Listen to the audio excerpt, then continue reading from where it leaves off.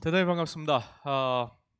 디지털 건강 도시를 향한 의미 있는 한 걸음, 더 건강한 원주 토크 콘서트에 함께해 주신 여러분 진심으로 반갑습니다. 오늘 토크 콘서트의 진행을 맡은 아나운서 최기환이라고 합니다. 다시 인사드리겠습니다.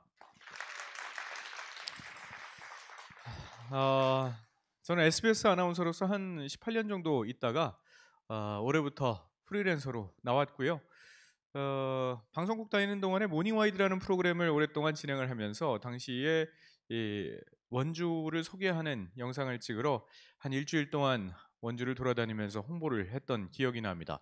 그 당시에 참 좋은 기억들도 많았었고 함께 다니셨던 분이 탤런트 전원주 씨였거든요. 네, 이름이 원주라서 당시 원주 홍보대사도 하셨던 걸로 알고 있습니다. 그러면서 참 좋은 기억들을 안고 있었는데 오늘 이렇게 좋은 자리에 또 한번 불러주셔서 진심으로 저 역시 기분이 너무나 좋고, 여러분께서도 오늘 어떤 자리인지 충분히 잘 알고 오셨으리라 생각이 됩니다. 오늘 이 자리는 우리 미래의 의료 산업에 대한 이야기를 좀 나눠보는 자리인데, 이렇게 얘기하니까 굉장히 좀 어렵게 들릴 수 있지만 굉장히 현실적이고 우리에게 필요하고 그 누구보다 우리가 알아야 할 그런 이야기들이 오늘 오고 갈 겁니다.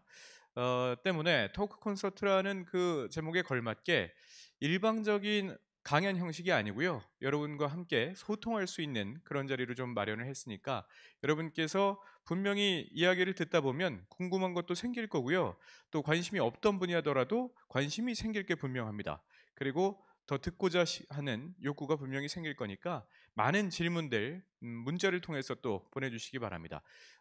저희가 사전에 이제 문자를 보내실 수 있는 번호도 고지를 해드렸죠. 소통 문자 번호는 010-5477-9637입니다. 010-5477-9637, 이쪽으로 문자를 실시간으로 보내주시면 바로바로 답변을 해드리도록 하겠습니다. 저희가 요즘은 대학 강당에서도 보면 질문을 하라 그러면 질문들을 현장에서 잘 안 하시더라고요. 좀 부끄러워서 그러신 것 같아요. 그러니까 이제 문자를 통해서도 질문을 얼마든지 하실 수 있으니까요, 많이 질문 보내주시면 감사하겠습니다.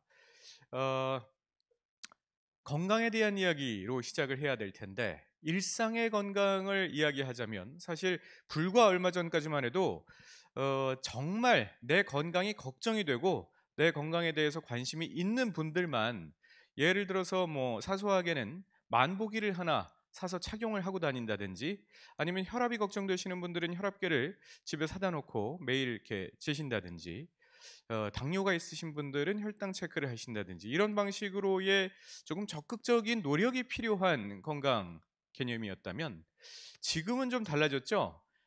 손목에 그냥 누구나 차고 있는 스마트워치 하나만 있으면 내가 오늘 얼마나 활동을 했는지 활동량도 체크를 해주고요, 밤에 자고 있는 동안 차고 있으면 수면 습관도 알려줍니다. 여러 가지 기능들이 탑재가 되어 있기 때문에 이제는 내가 굳이 알려고 하지 않았는데 내 건강 상태를 알 수 있는 시대가 됐고, 그로 인해서 평소의 생활 습관을 개선을 해서 미리미리 건강을 챙길 수 있는 그런 시대가 되어가고 있습니다. 여러분 모두까지는 아니어도 대부분이 이 스마트워치의 기능들을 사용하고 계시지 않을까라는 생각이 들거든요. 그러다 보니까 이제는 아프고 나서 병원을 찾는 그런 시대가 아니라 아프기 전에 미리미리 똑똑하게 예방하는 그런 시대가 됐습니다. 일명 큐어가 아니라 이제는 케어를 하는 시대로 변모하고 있는 거죠. 자, 그런 의미에서 우리는 앞으로 어떻게 해야 남은 우리의 삶을 더 풍요롭고 행복하고 건강하게 살 수 있을까를 오늘 고민해 보는 자리로 마련해 보도록 하겠습니다. 자, 각 분야 전문가 여러분을 한 분씩 모셨거든요. 한 분 한 분씩 저희가 좀 소개를 해 드리겠습니다. 오늘 첫 번째 소개해 드릴 분은요, 고상백 원주연세의료원 의과학연구처장님이십니다. 교수님을 모시겠습니다. 어서 오십시오.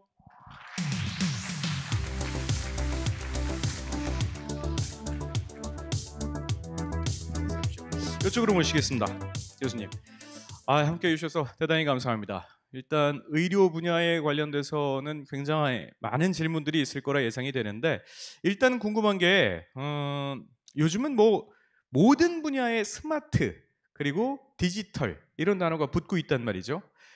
그러다 보니까 방송계도 마찬가지였고 요즘은 의료도 다 디지털 스마트라는 글자가 앞에 붙습니다. 그러면 평소에 아니면 예전부터 이 디지털과 관련이 있는 업종에 종사를 했거나 아니면 관심이 많았거나 이런 분들만 시대의 트렌드를 따라가지 않을까라는 생각도 들거든요. 예. 교수님은 어떻습니까? 조금 거리가 멀었던 사람 중에 하나인데요. 예. 최근 들어서 이제 디지털 시대로 전환하면서 음. 관심을 갖는 뭐 음. 최근에 관심을 갖게 됐다 이렇게 얘기 드릴 수 있을 것 같습니다. 스마트워치를 활용하시나요? 합니다. 그래요. 예. 일부러 좀 노력을 하시는가요? 그죠? 제가 예. 뭐 좀 이따가 네. 얘기하겠지만 예. 그 삼성전자하고 예. 여러 이 검증을 하기 위한 시험들을 하다 보니까 이 스마트워치를 사용하게 됐습니다. 아하. 일 때문에라도 어쩔 수 없이 또 활용을 하셔야 되네요. 예. 네. 알겠습니다.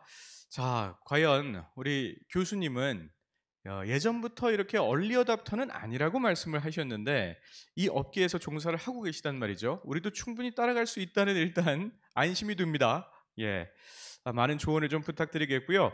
자, 이번에는 삼성전자랑 같이 협업을 하고 계신다고 들었는데 이분이랑 협업을 하시는 건지 모르겠습니다. 삼성전자 MX 사업부 헬스 하드웨어 개발 그룹의 서진우 파트장님을 모시겠습니다. 어서 오십시오.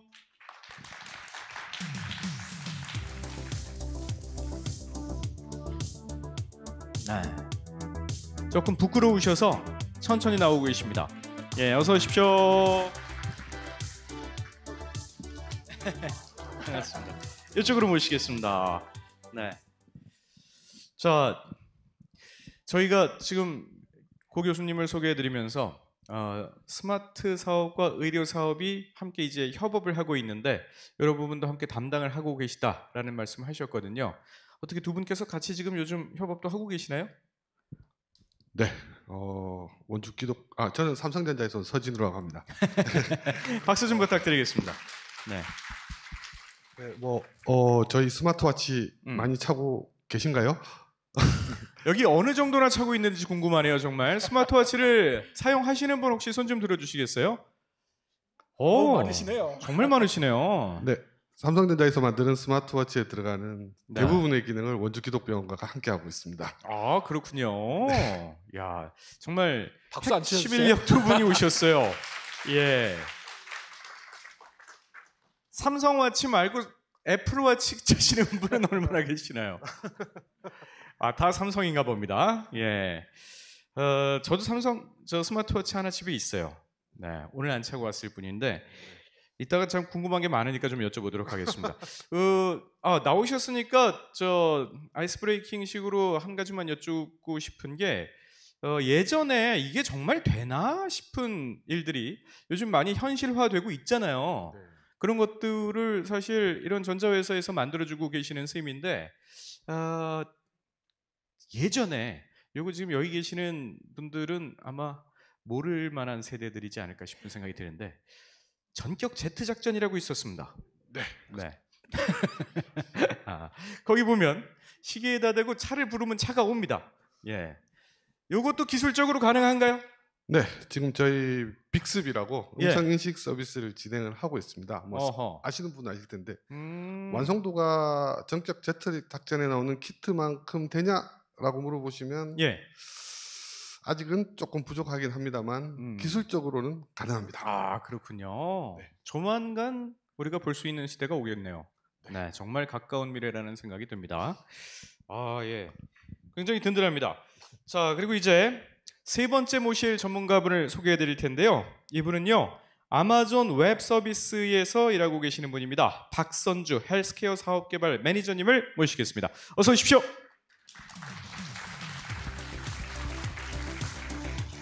반갑습니다. 악수 좀 할게요. 이쪽으로 모시겠습니다. 자, 이렇게 해서 세 분의 전문가를 모셨고요. 아마존에서 모셨어요. 사실 삼성전자보다 여기 계시는 대학생들은 아마존을 더 많이 친숙하게 사용하지 않을까라는 생각도 들어요. 일단은 우리가 아주 막연하게는 해외 직구 플랫폼 이 정도로 가장 기본적으로 알고 있는데 그 정도 개념 갖고는 설명이 안 되겠죠? 네.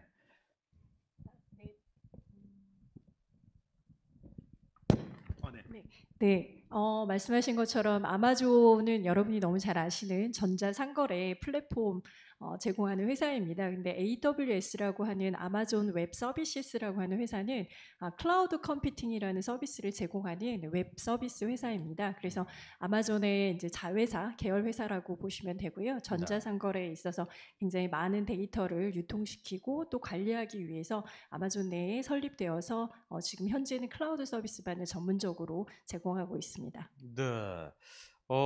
클라우드 서비스라는 게 뭐 이따가도 자세히 설명을 해주시겠지만 간단히 얘기를 하면 말 그대로 이제 구름처럼 우리의 정보를 인터넷상에다가 띄워놓고 쓰고 싶을 때 갖다 쓸 수 있는 그런 서비스라고 생각하면 될까요?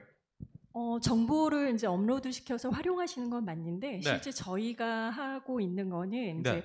그런 정보를 활용할 수 있는 여러 가지 다양한 솔루션이나 서비스를 네. 플랫폼에 만들어 놓고 그런 플랫폼에 필요한 그 IT 리소스라고 하는 IT 자원들을 제공하는 것입니다. 그래서 뭐 스토리지라든지 아니면은 굉장히 고성능의 컴퓨터 파워 같은 그런 IT 리소스 또는 이제 뭐 데이터베이스도 마찬가지인데요. 네. 그런 것들을 개별적으로 그 뭐 서버나 이런 거를 구체적으로 사실 필요 없이 구매하실 필요 없이 클라우드 위에서 원하시는 만큼 사용을 하시고 사용한 만큼 비용을 지불하는 그런 플랫폼 서비스라고 생각하시면 되겠습니다. 어허. 뭐 이제 그 개념에 대해서는 뭐 저보다 여기 앉아 계시는 분들이 훨씬 더 잘 알고 계시리라 생각이 되긴 하는데요. 참 다양한 그런 서비스를 제공하는 업체들이 많은데 그 중에서도 아마존이 가장 또 전 세계적으로 큰 걸로 알고 있습니다. 거기 다니시니까 매니저님은 전자상거래 이용하실 때 아마존 쓰시나요? 네이버 쓰시나요? 죄송합니다. 저는 구글을 구글을 쓰시는군요. 예. 농담입니다. 우리 삼성전자 사장님께서는 저 전화기는 애플은 전혀 사용해 본 적이 없으신가요? 아시겠지만 예. 경쟁사 제품을 잘 알아야 아하. 저희도 벤치마킹을 할 수 있기 때문에 그렇죠, 그렇죠. 계속 사용하고 있습니다. 네. 그렇지만 뭐 메인 예. 폰은 아니고요. 예. 중간중간 한 번씩 써보고 있습니다. 잠깐만. 그러면은 우리 교수님께서는 연세병원에서 지금 종사를 하고 계시는데 고대병원도 가보고 다른 병원도 가보셨나요? 병원은 안 가고 고대는 갑니다. 아하. 그러니까 저걸 알아야 또 나를 알 수 있으니까요. 지피지기면 백전백승이죠. 그런 의미에서는 참 우리가 다양하게 뭔가를 활용해 본다는 건 큰 의미가 있는 것 같습니다. 오늘 그런 의미에서 참 소통의 의미가 있지 않을까 싶은 게 의료에 대한 이야기를 하자고 모였는데 세 분이 지금 의료 종사자 한 분 계시는데 한 분은 전자회사에 계시는 분이고요. 한 분은 클라우드 서비스를 하시는 분이란 말이죠. 이게 어떻게 미래의 우리 의료 산업에 영향을 미칠 것이고 어떤 연결고리가 되어 있는지는 이 세 분의 이야기를 자세히 좀 들어보면 알지 않을까라는 생각이 듭니다. 저희가 지금 이야기를 하고 있는 이 장소가 원주예요. 원주라는 이 장소가 특별한 이유가 있단 말이죠. 전국에서 가장 먼저 이 의료 산업에 대한 어떤 규제를 완화해주는 특구로 지정이 되어 있기도 합니다. 그렇기 때문에 원주에서 여러 가지 시범 사업이 나올 수가 있고 여러 가지 연구가 또 진행이 되고 있거든요. 그래서 오늘 이 장소를 저희가 선택을 한 것이고요. 바로 그런 의미에서 아마 가장 많은 정보를 가지고 있고 많은 이야기를 해주실 분이 원주 시장님이 아니실까 싶은 생각이 듭니다. 자, 그래서 오늘 마지막 게스트는요, 원강수 원주 시장님을 모셨습니다. 시장님을 모시겠습니다. 어서 오십시오.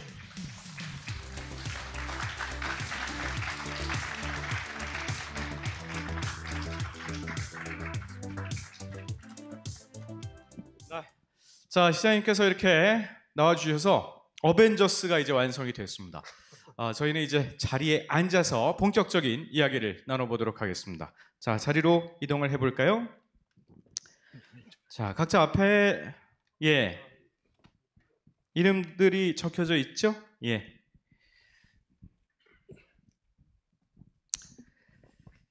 자, 이렇게 앉았습니다. 저희 시장님께서 함께해 주셨는데 함께해 주신 분들께 인사 좀 부탁드리겠습니다. 시장님. 네, 안녕하세요. 원주시장 원광수입니다. 이런 뜻깊은 자리에서 뵙게 돼서 반갑습니다.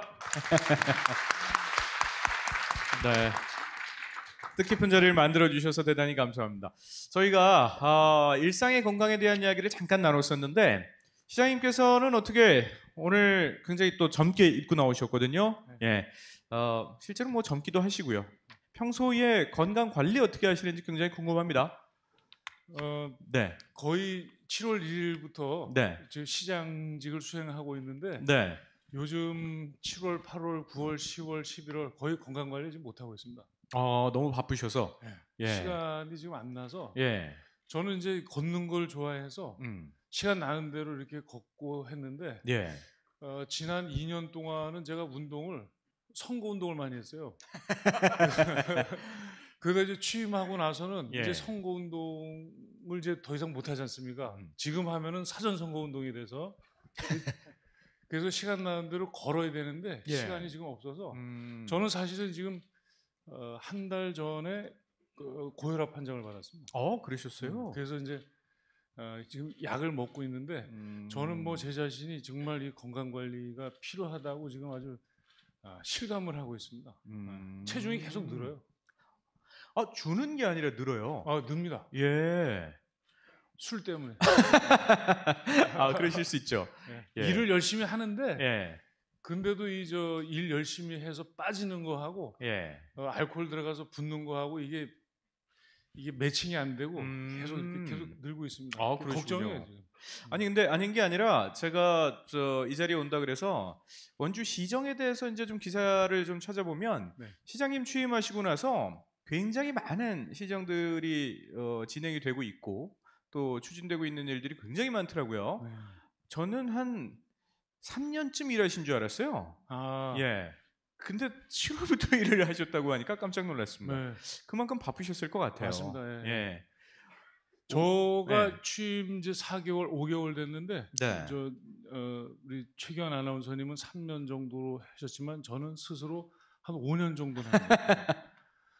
지나간 그 시간 동안 굉장히 좀 바쁘게 했는데 왜 그러냐면 지금 원주가 굉장히 할 게 많습니다. 대비해야 될 거 많고 준비해야 될 게 많고 예. 또 앞으로 구축해야 되는 게 굉장히 많은데 그러한 것들을 지금 뭐 다양한 분야가 많지 않습니까? 근데 제일 중요한 게 이제 경제고 그다음에 또 건강, 문화, 예술, 복지, 교육, 안전 지금 저희가 지금 건드려서 구축해야 될 게 한두 가지가 아니라서 뭐 저는 사실 마음이 지금 사실 되게 조급해요. 조급합니다. 네. 근데 오늘 이렇게 이제 네. 건강을 주제로 해서 네. 디지털과 이렇게 접목한 건강을 주제로 해서 저는 굉장히 뜻깊게 생각하고 또 한편으로는 설렙니다. 이렇게 네. 전문가님들하고 같이 이런 자리를 하게 오늘은 돼서. 뭐 조급하지 않게 임해주시면 될 것 같습니다. 네. 네. 자, 여러 가지 사업을 이야기해 주셨는데 바로 그 중에 하나가 원주가 이제 의료 산업을 대표하는 또 도시로 지금 급부상을 하고 있기 때문에 그에 걸맞는 오늘 토크 콘서트 자리도 마련을 한 거거든요. 그래서 오늘 세 가지 주제에 대해서 이야기를 나눠볼 건데 먼저 첫 번째 주제를 이야기해 드리겠습니다. 주제를 말씀드리기 전에 화면을 하나 준비를 했는데 먼저 보고 이야기 나눠보시죠. 자, 알고리즘에 대한 이야기 지금 이렇게 예능을 통해서도 보셨는데 뭐 다들 공감하시고 다들 너무나 내 일상처럼 이해하시리라 생각이 듭니다. 저도 너무 깜짝깜짝 놀라고 신기할 때가 사실 내가 한 번이라도 검색창에 단어를 입력을 해본 적이 있으면 차라리 이해가 가는데 저는요 인스타그램을 통해서 검색을 하지 않습니다. 그래서 인스타그램 창에는 내 관심 분야를 검색어로 입력한 적이 없거든요. 근데 기가 막히게 내 관심사를 광고로 띄워줘요. 여기에 도청 기능이 있나요? 이거 어떻게 생각하십니까? 파트장님.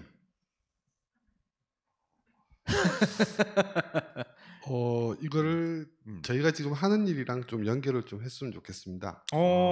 저희도 알고리즘을 만들고 있고요. 예. 조금 다른 형태이긴 한데 여러분들이 지금 갤럭시 워치를 차고 계신다면 아마 특정 순간에 조금 더 걸어라. 내지는 뭐 오늘은 좀 덜 걸었는데 이번 주는 좀 저조해요. 네. 라는 메시지가 나갈 수가 있습니다. 다른 말로 하면 저희 시계는 여러분들을 모니터링을 하고 있다는 거죠. 그렇다고 해서 뭐 다른 쪽에 그 정보가 나가지는 않습니다. 그래서 마찬가지로 여러분의 행동 패턴 혹은 여러분이 어떤 걸 검색했는지, 물론 아까 최기환 아나운서님은 검색은 안 하셨다고 했지만 그 행동 패턴들은 기록되고 그 행동 패턴들은 분석되고 있다고 보시면 되겠습니다. 이야, 어떻게 보면 또 무섭게도 들리기도 해요. 굉장히 궁금한 게 시장님께서는 어떤 알고리즘이 주로 많이 검색어에 뜨나요? 저는 네. 항상 그 궁금했던 게 네. 사자하고 호랑이하고 싸우면 그런 거 물어보시나요? 네. 예. 그래서 이제 그걸 동영상을 이렇게 몇 번 찾아봤더니 네. 나중에는 어떤 것까지 뜨냐면은 그 예. 라이거, 네.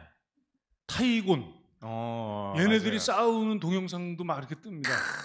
그래서 그거 이렇게 보면은 밤을 샙니다. 유튜브가 진짜 무서워요. 맞아요. 그거 보다가. 예. 그래서 그 알고리즘이라는 게 뭐랄까 저의 그 생각을 제가 모르는 것까지 이렇게 지배하는 듯한 생각도 하고, 그 다음에 이제 제가 며칠 전에 그 석양의 무법자라는 그 영화가 제가 어릴 때 봤던 주말의 명화를 통해서 봤던 그게 궁금해서 마지막 장면을 보려고 유튜브에 검색을 했는데 거기에 이제 그 배우가 클린트 이스트우드라는 명배우가 나와요. 근데 그 명배우하고 같이 이렇게 싸우는 배우가 그 눈매가 아주 이렇게 날카로운 배우가 있는데 그 배우 이름을 제가 이제 검색을 했어요. 네이버에 유튜브에 검색한 게 아니라 네이버에 이렇게 해서 검색했더니 리 반 클리프라는 그 배우인데 네이버에 검색을 했는데 며칠 지나서 어느 날 갑자기 유튜브에 그 영상이 이렇게 뜨더라고요. 이런 경우 있어요. 네. 예. 그러면서 그 마지막 장면 나오고 그 다음에 이제 그러면서 이렇게 검색이 막 그 알고리즘이 작동을 한 것 같아요. 그러면서 그 석양의 무법자 그 주제곡도 나오고 뭐 공연하는 노래까지 해서 막 이렇게 도는 거 보고, 그러니까 이제 그 석양의 무법자와 관련된 아주 박사를 만듭니다. 저한테 그 유튜브가 그 알고리즘을 통해서. 맞아요. 예. 그래서 그 보면 아주 신기하기도 하고 무섭기도 하고 한편으로는 잠을 못 잡니다. 그것 때문에 거의 뭐 1시 2시까지 막 하다가 결국 자다가 이 핸드폰을 떨어뜨려 가지고 삼성 핸드폰을 떨어뜨려서 막 코도 깨고 막 이러죠. 무섭습니다. 네, 맞아요. 뭐 다들 그런 경험 다들 있으실 거예요. 밤에 잠깐만 보고 자야지 하고 켰는데 한 2시간 순삭되고 뭐 이런 경험들 많이들 갖고 계실 겁니다. 아주 대표적인 그런 사례를 말씀을 해 주신 스님인데 여러분 모두가 공감한다는 의미에서 첫 번째 토크 주제를 이렇게 정했어요. 우리 삶에서 데이터가 갖는 의미라고 정해봤습니다. 사실 알고리즘뿐만 아니라 이 빅데이터라는 게 우리 사회 곳곳에 정말 유익하게 사용이 되고 있거든요. 예를 또 영상으로 만들어봤는데 일단 먼저 보시죠. 네, 보셨죠?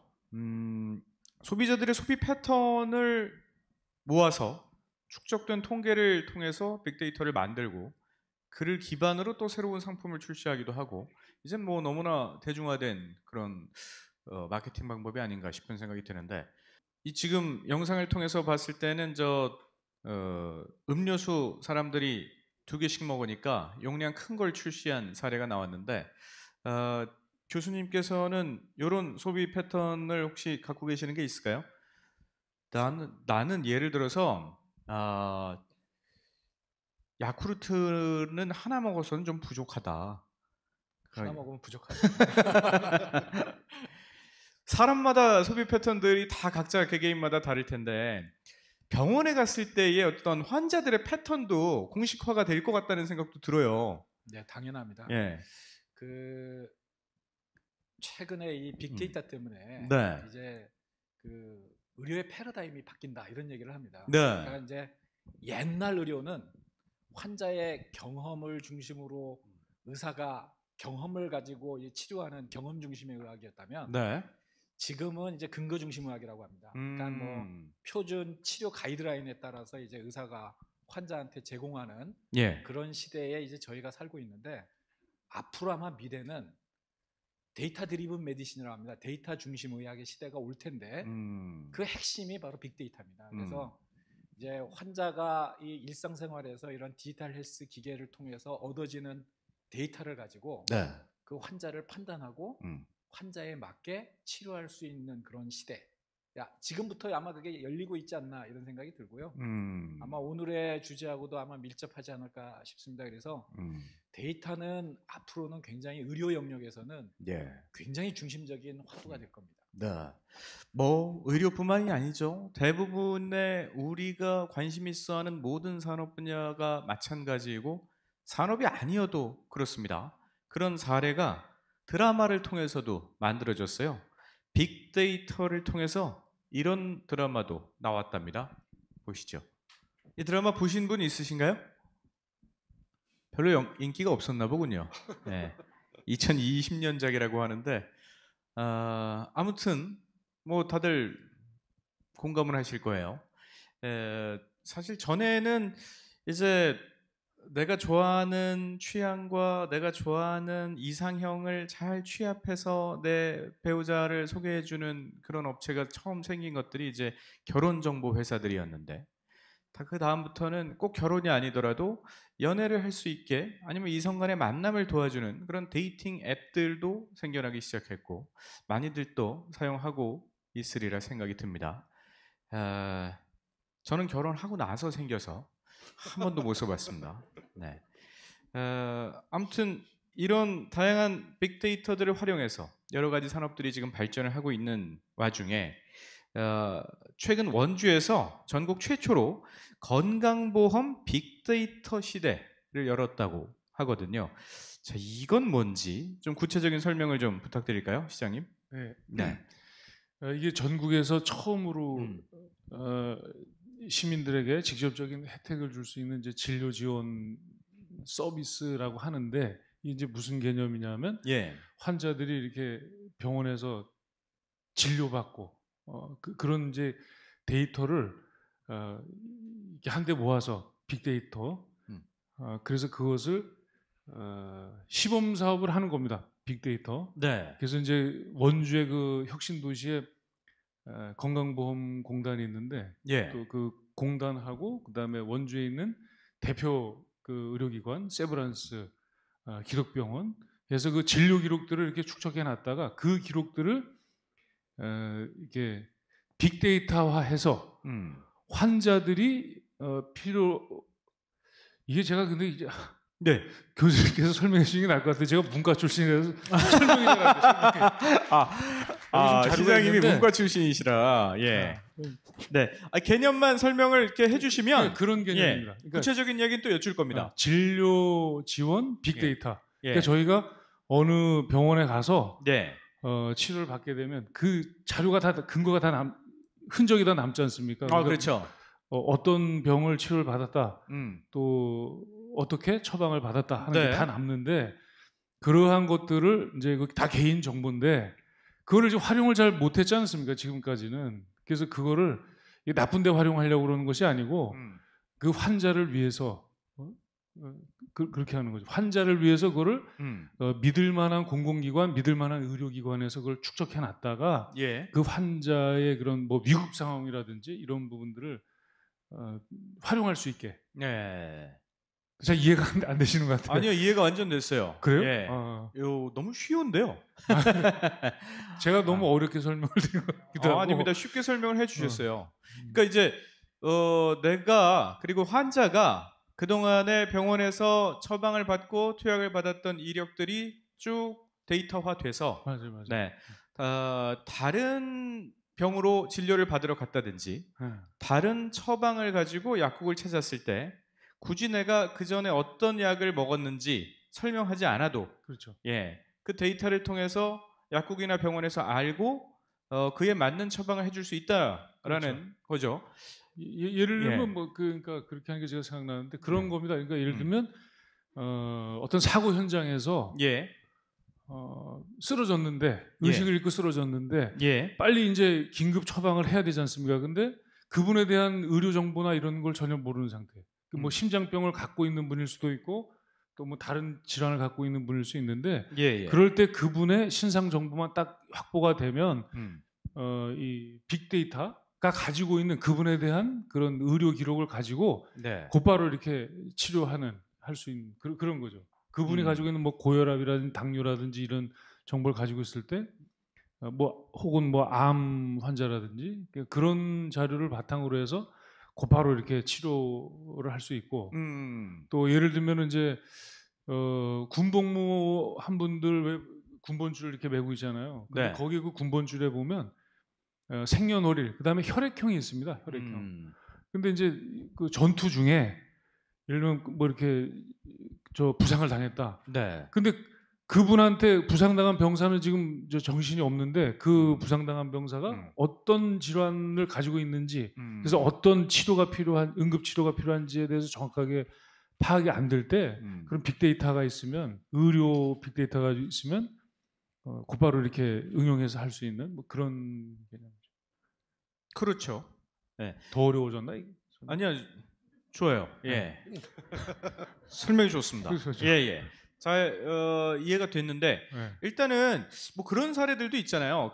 예를 들어서 특정 약 같은 경우는 같이 처방을 하면 또 위험한 경우도 있다고 들었습니다. 뭐 이런 경우에 내가 그 약 이름이 뭔지, 그 약의 성분이 뭔지 환자 입장에서는 잘 모를 수 있거든요. 병원에 가서 또는 약국에 가서 내가 설명을 못했을 때 전문가가 다 조회를 해서 이런 약 드셨네요. 그러면 요 약은 같이 처방하면 안 됩니다. 요거 드시면 안 됩니다. 이렇게 미리 얘기해 주실 수 있단 말이죠.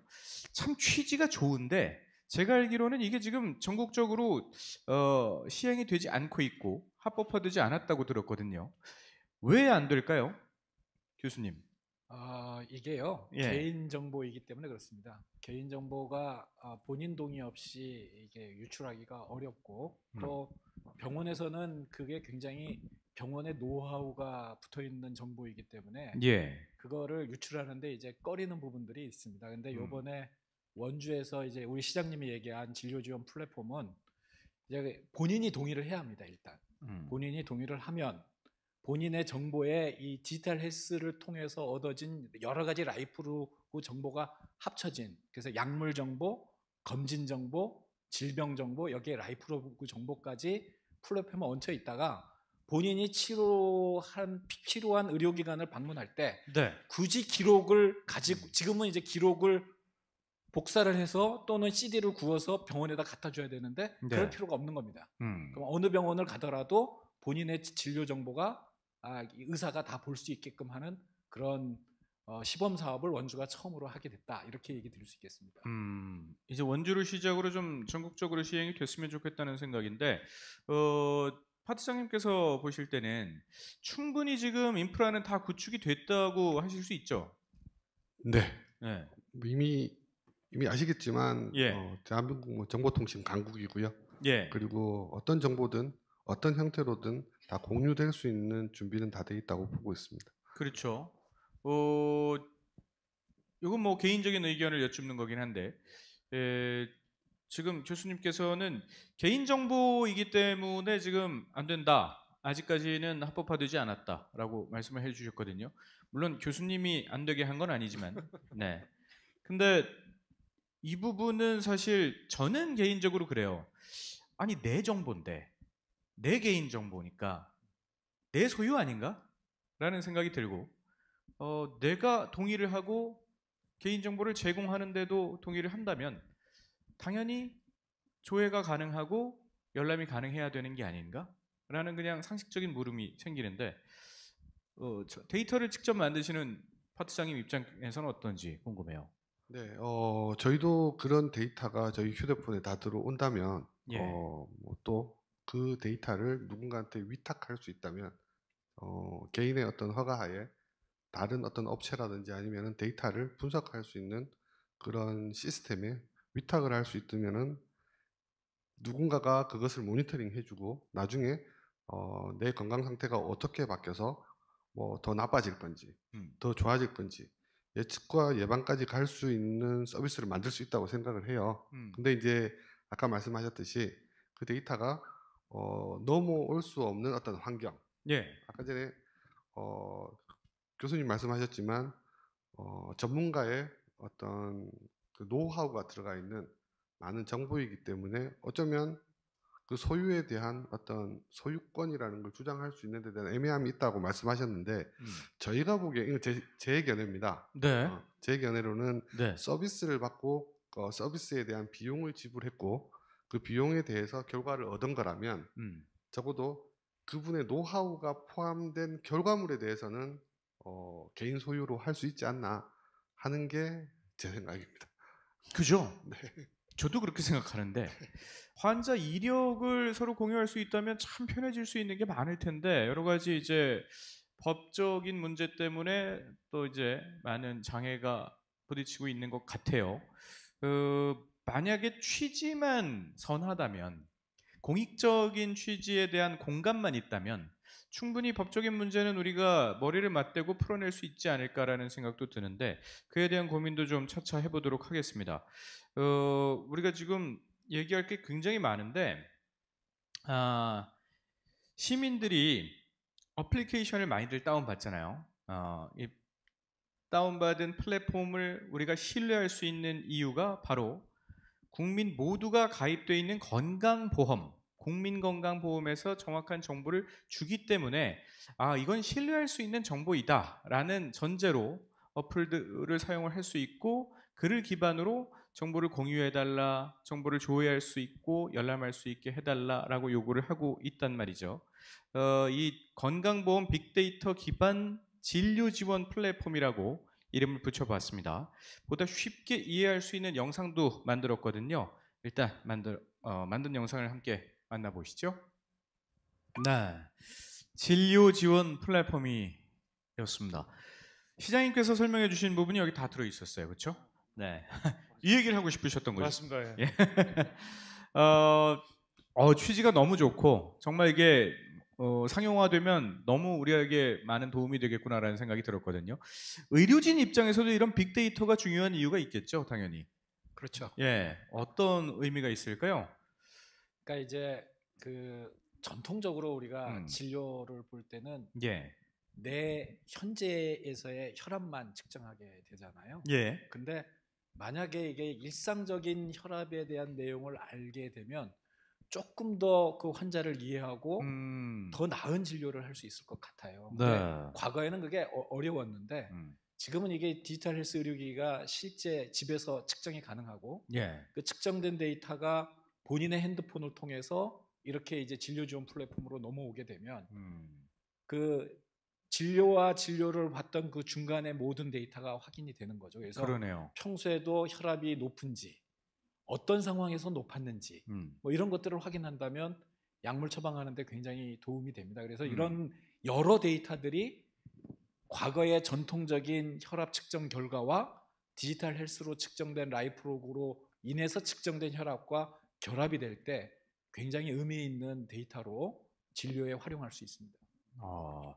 그러니까 이제 말씀해 주신 대로 나와 만났을 때 진료를 받으러 환자가 의사가 대면했을 때 측정했던 혈압값 외에도 일상생활을 하면서 그간의 변화했던 자료를 모두 볼 수 있다는 것. 그렇죠. 이런 게 큰 의미가 있을 수 있겠구나라는 생각이 듭니다.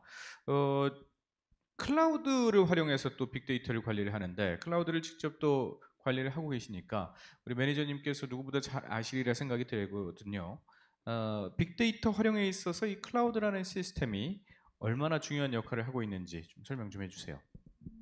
일단은 클라우드 아까 이제 초반에 말씀을 드리긴 예, 했는데 예. 먼저 클라우드라는 걸 이제 다시 한번 좀 말씀을 드리면 그 특징은 유연하면서도 탄력적이라는 부분에 있습니다. 그러니까 클라우드라는 게 그 개인적인 서버나 아니면은 컴퓨터와 같은 그런 개개의 그런 자원을 굳이 물리적으로 내가 살 필요 없이 필요한 자원을 클라우드 상에서 원하는 만큼 사용을 하고 또 사용한 만큼 비용을 지불하는 것이기 때문에 예. 굉장히 유연하고 탄력적으로 사용을 할 수가 있는데 빅데이터라는 것이 그야말로 데이터의 자체의 양이 굉장히 많을 뿐만 아니라 그리고 굉장히 다양합니다. 아까 말씀하신 것처럼 라이프 로그 데이터 같은 그런 로우 데이터도 있지만 의료 정보에 있어서도 검사 데이터라든가 영상 이미지 같은 거 굉장히 또 다양하기 때문에 그런 다양성이 있습니다. 그런데 이런 것들을 빨리 처리해야만 실질적으로 필요한 어떤 통찰력 그리고 우리가 환자를 위해서 쓸 수 있는 판단을 내릴 수가 있게 되는 것이거든요. 그래서 이러한 다양성 그리고 또 굉장히 큰 용량 그리고 빨리 처리하기 위해서는 굉장히 그 유연한 탄력성이 굉장히 필요하게 되는데 이러한 것들을 클라우드를 통해서 해결을 할 수가 있습니다. 그리고 이제 말씀드렸다시피 이게 탄력적으로 사용한 만큼 비용을 지불하는 거기 때문에 실질적으로 굉장히 적합한 그러니까 굉장히 가성비라고 우리가 많이 얘기를 하는데 필요한 만큼 최적화된 비용으로 이런 데이터를 의료에 활용할 수 있게 하는 굉장히 좋은 환경을 제공할 수 있다고 말씀드릴 수 있습니다. 네. 실제로 그러면은 이 빅데이터가 클라우드 중요한 역할을 했던 의료 사례도 있을까요? 일단은 제가 이제 그 미국의 사례를 잠깐 말씀을 드리면, 네. 그러니까 가장 중요하게는 희귀 질환이라든가, 네. 그다음에 이제 암하고 관련된 그런 데 있어서 이런 빅데이터의 중요성이 대두가 되고 있고, 이게 클라우드에서 어떻게 활용이 굉장히 잘 활용이 되고 있는데요. 미국의 이제 필라델피아 어린이 병원 같은 경우에는 어린이 자원 데이터 센터라는 걸 구축을 했습니다. 클라우드 상에서요. 말씀을 드리자면은 굉장히 특히 어린이, 소아암, 희귀 질환 이런 부분들은 굉장히 데이터 자체 각 병원이 가지고 있는 데이터는 굉장히 적잖아요. 그래서 예. 그걸 통해서 어떤 환자를 위한 그 의사를 결정하기 위한 이제 인사이트를 얻는 경우가 조금 어렵습니다. 그러다 보니까 이런 자원센터를 클라우드 상에 구축을 해서 굉장히 많은 전 세계 어린이들의 희귀 질환 또는 소아암과 관련된 데이터를 축적을 하고 그리고 많은 연구자들이 그 데이터에 자유롭게 접근을 해서 본인들이 생각하는 이 질환에 대한 그러니까 다양한 가설 이런 것들을 손쉽게 한번 검증하고 또 그런 것들을 활용할 수 있도록 하는 그런 센터를 열었고 그걸 통해서 굉장히 많은 좋은 그 환자를 위한 결과물을 많이 내고 있습니다. 이게 듣다 보니까 메타버스하고도 어떤 연결이 되는 부분이 있나요? 메타버스하고는 조금 다른 차원이라고 네. 개념은 조금 다르다고 말씀드릴 수 있는데 이거는 순수하게 데이터 중심의 데이터를 통한 어떤 통찰력 또는 의사 결정을 하기 위한 그런 그 약간 어드바이스 같은 걸 얻을 수 있는 그런 플랫폼이라고 생각하시는 게 좋을 것 같습니다. 왜 여쭤봤냐면 개별적인 병원들이나 의사들이 가지고 있지 못할 만한 정보들을 조금 더 방대하게 종합적으로 가지고 있을 수 있다라는 표현 때문에 그렇다면 그런 전 세계의 병원들이나 의사들이 가지고 있는 정보들, 지식들을 한 군데 모아놓고 우리가 메타버스 내에서 병원에 그냥 진료를 보러 가서 가장 세계에서 큰 병원이라는 개념으로 진료를 볼 수도 있지 않을까? 라는 생각도 들어서 그랬어요. 그게 가능하려면 기본적으로는 그러한 그 데이터로부터 얻을 수 있는 일종의 이제 전문성이 있는 어떤 그런 결론이나 이런 게 같이 공유가 돼야 되는데 지금의 현재 상황은 데이터 자체를 클라우드 상에서 공유를 하고 그 데이터를 통해서 본인이 얻을 수 있는 것들은 각각의 연구자나 기관 또는 이제 병원들이 이제 별도로 하는 것이어서 아직 그렇게까지는 다다르기는 조금 어려운 것 같습니다. 알겠습니다. 클라우드 얘기를 하고 있는데 사실 최근에 또 원주시에서 클라우드 유치를 하려고 또 노력을 하고 계시죠. 예. 어제 저희가 그 행사를 가졌는데 원주에 이제 그 클라우드 센터를 유치하려고 이제 관련 그 회의를 했습니다. 그래서 클라우드 센터를 유치하게 되면 그 이 빅데이터 그 보관하는 거 그런 거에 굉장히 기초가 이제 완성이 된다고 생각을 하고 그렇죠. 결국은 이제 저희가 원주시가 지금 나가고자 하는 그런 방향에 그 여러 가지가 있어야 되지만은 거기 디지털 도시로 가려면 궁극적으로 빅데이터, 클라우드 센터, 또 거기에 또 반도체, 또 디지털 헬스케어 이런 구성 요소를 지금 갖춰 나가는 과정이죠. 그 이제 이것도 혈압 얘기를 또 해야 되지만은 제가 이제 뭐 이게 취임한 다음에 뒷목이 막 뻣뻣해지고 뭐 안구 충혈도 생기고 뭐 그래서 내과를 갔어요. 근데 저는 처음 가는 그 병원인 줄 알았더니 그 의사 선생님께서 저를 이게 뭘 이렇게 키보드 이렇게 하시더니 10몇 년 전에 제가 와서 이렇게 혈압 그 병원을 들려서 이제 뭐 다른 진료를 아마 했던 모양이에요. 그러면서 그때 혈압이 얼마였는데 굉장히 높아지셨군요. 이러면서 그래서 이제 거기서 또 혈압 측정을 한 열흘 동안 더 해가지고 그 자료를 바탕으로 해서 고혈압 판정을 이제 받았는데 그게 이제 그런 거죠. 저는 기억을 못 하는데 병원 컴퓨터는 그걸 다 기억을 다 기억하고 있는 거예요. 그래서 이제 그걸 바탕으로 해서 저에 대한 그 진료하는 걸 이제 그렇게 하는 거죠. 그러니까 단순히 혈압이나 혈당이나 뭐 이런 걸 가지고 활용하는 수준이지만 지금 저희 원주시와 세브란스 기독병원 또 건보공단 이렇게 해서 같이 하는 이 빅데이터 플랫폼이 이제 완성이 되면 저희가 상상도 못하는 그런 자료가 쌓여서 여러분들이 일상에서 이렇게 또는 어떤 상황에서건 원주 시민들이 또는 대한민국 국민들이 그 어떤 디지털 메디칼 그런 거에 이렇게 큰 도움을 혁명적인 그런 변화가 올 수 있지 않을까. 그래서 저희는 이제 거기를 염두에 두고 어제 그 클라우드 센터 유치하는 것까지 해서 지금 그 사업을 하고 있습니다. 아마 인터넷 검색하시면 어제 나온 뉴스가 이렇게 아마 지금 있을 거예요. 제가 이제 예전에 봤던 그 기사 중에 뭐가 있냐면 이런 겁니다. 그 코로나 백신을 만드는데 예전 같으면은 이 임상 시험까지 해서 한 10년 이상이 걸리는 거를 이번에 한 1년 6개월 만에 외국 제약회사에서 만들었잖아요. 근데 그걸 만들 때 활용했던 자료가 빅데이터, 이 빅데이터를 가지고 활용을 했다는 거예요. 근데 제가 그거를 그 뉴스에서 이렇게 제가 그 읽고서 제가 그 지금 이해하고 있는 게 정확하게 맞는 건지 모르겠습니다. 제가 문과이기 때문에 이거하고 같이 연동해서 하는 건지 모르겠지만 그런 빅데이터가 축적이 되면 결국은 백신 개발하는 그런 자료로도 사용이 될 수가 있고 10년 이상 걸릴 거를 1년 만에 이렇게 하는 거죠. 그러니까 인류 그 의료 환경이라든지 건강에 아주 엄청난 그 획기적인 그런 게 나타날 수가 있는 거죠. 그 원주가 지금 그 중심이 되어 있는 겁니다. 중심. 네.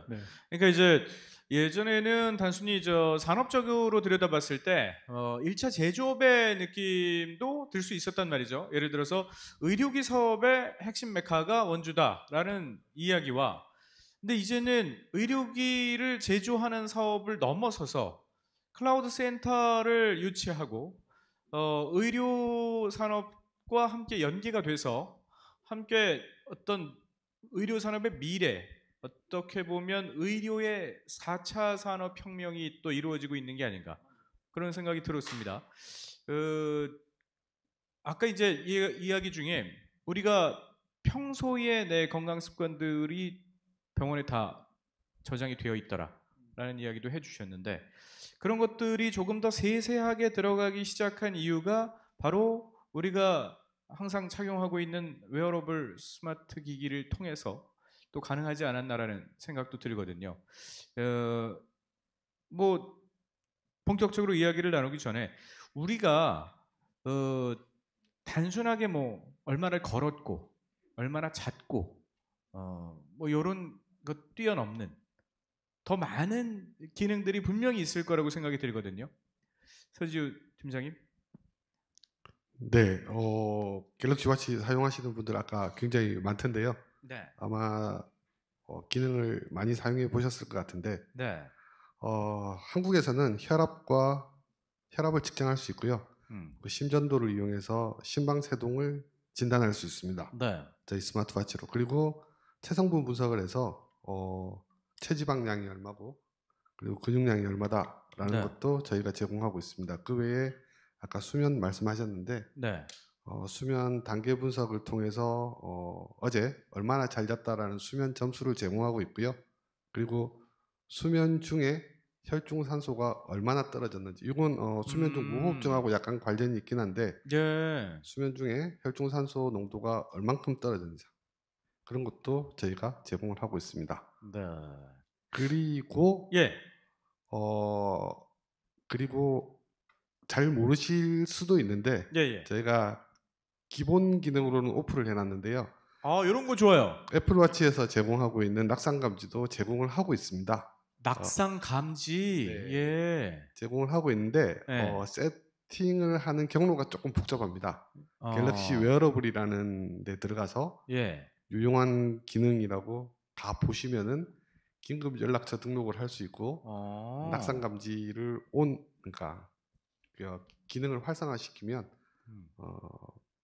똑같이 낙상 감지가 일어났을 때 긴급 그래요? 연락처로 연락을 해서 이분이 낙상이 일어난 것 같으니 한번 확인해 보자 라는 메시지를 보내고 있습니다.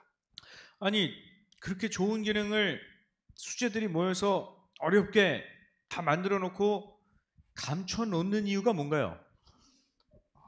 그거 왜 숨겨놨을까요? 그러게요. 요거 궁금합니다. 자, 일단 간략하게 스마트워치의 기능들을 좀 설명을 해주셨는데 요것도 저희가 영상으로 마련을 했어요. 어떤 기능들이 있는지 나는 요거는 자주 쓴다. 아니면 야 이런 기능도 있었어? 라는 생각도 들 수 있거든요. 어떤 기능들이 있는지 영상으로 볼까요? 역시 광고는 애플이 잘 만들어요. 예. 마케팅이 이렇게 중요합니다. 예.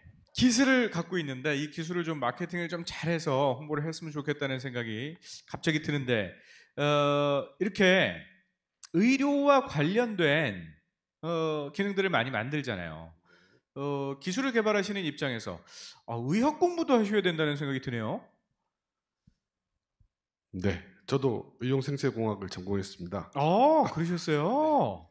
박수 좀 부탁드립니다. 야, 생체공학을 전공하셨구나. 예, 그 실제로 도움이 많이 되시겠네요. 헬스 혹은 의료 분야에서 전문 지식은 당연히 의사 선생님들이 가지고 계실 거고요. 예. 저희는 이제 공학적인 측면에서 어떤 걸 더 잘 측정을 하고 그리고 어떤 정보를 더 많이 만들어내야 누군가의 헬스 혹은 건강 정보를 잘 캐치할 수 있는가 이런 입장에서 봤을 때는 의학 지식이 있는 공학자가 돼야 된다고 생각을 했습니다. 그런 의미에서는 의공학이라는 과목이 제일 적합하다고 보고 있고요. 그리고 원주에는 의공학과가 있죠. 네. 원주 연세대 의공학과가 있습니다. 그래서 그 출신 분들도 당연히 이 금방 말씀하셨던 의료와 공학에 연계해서 많은 헬스라든지 건강 정보라든지를 잘 측정할 수 있고 진단할 수 있는 그런 공부가 될 수 있다고 생각하고 있습니다. 네네네. 자, 현장 질문이 지금 들어와서 현장 질문을 2개 정도 한번 여쭤볼게요. AWS에서 지금 나와주셨으니까 네. AWS에 한국 IDC 센터 설립 계획이 있는지 궁금해하시고요. 이게 혹시 원주에 설립될 수 있나요? 라고도 물어보셨네요.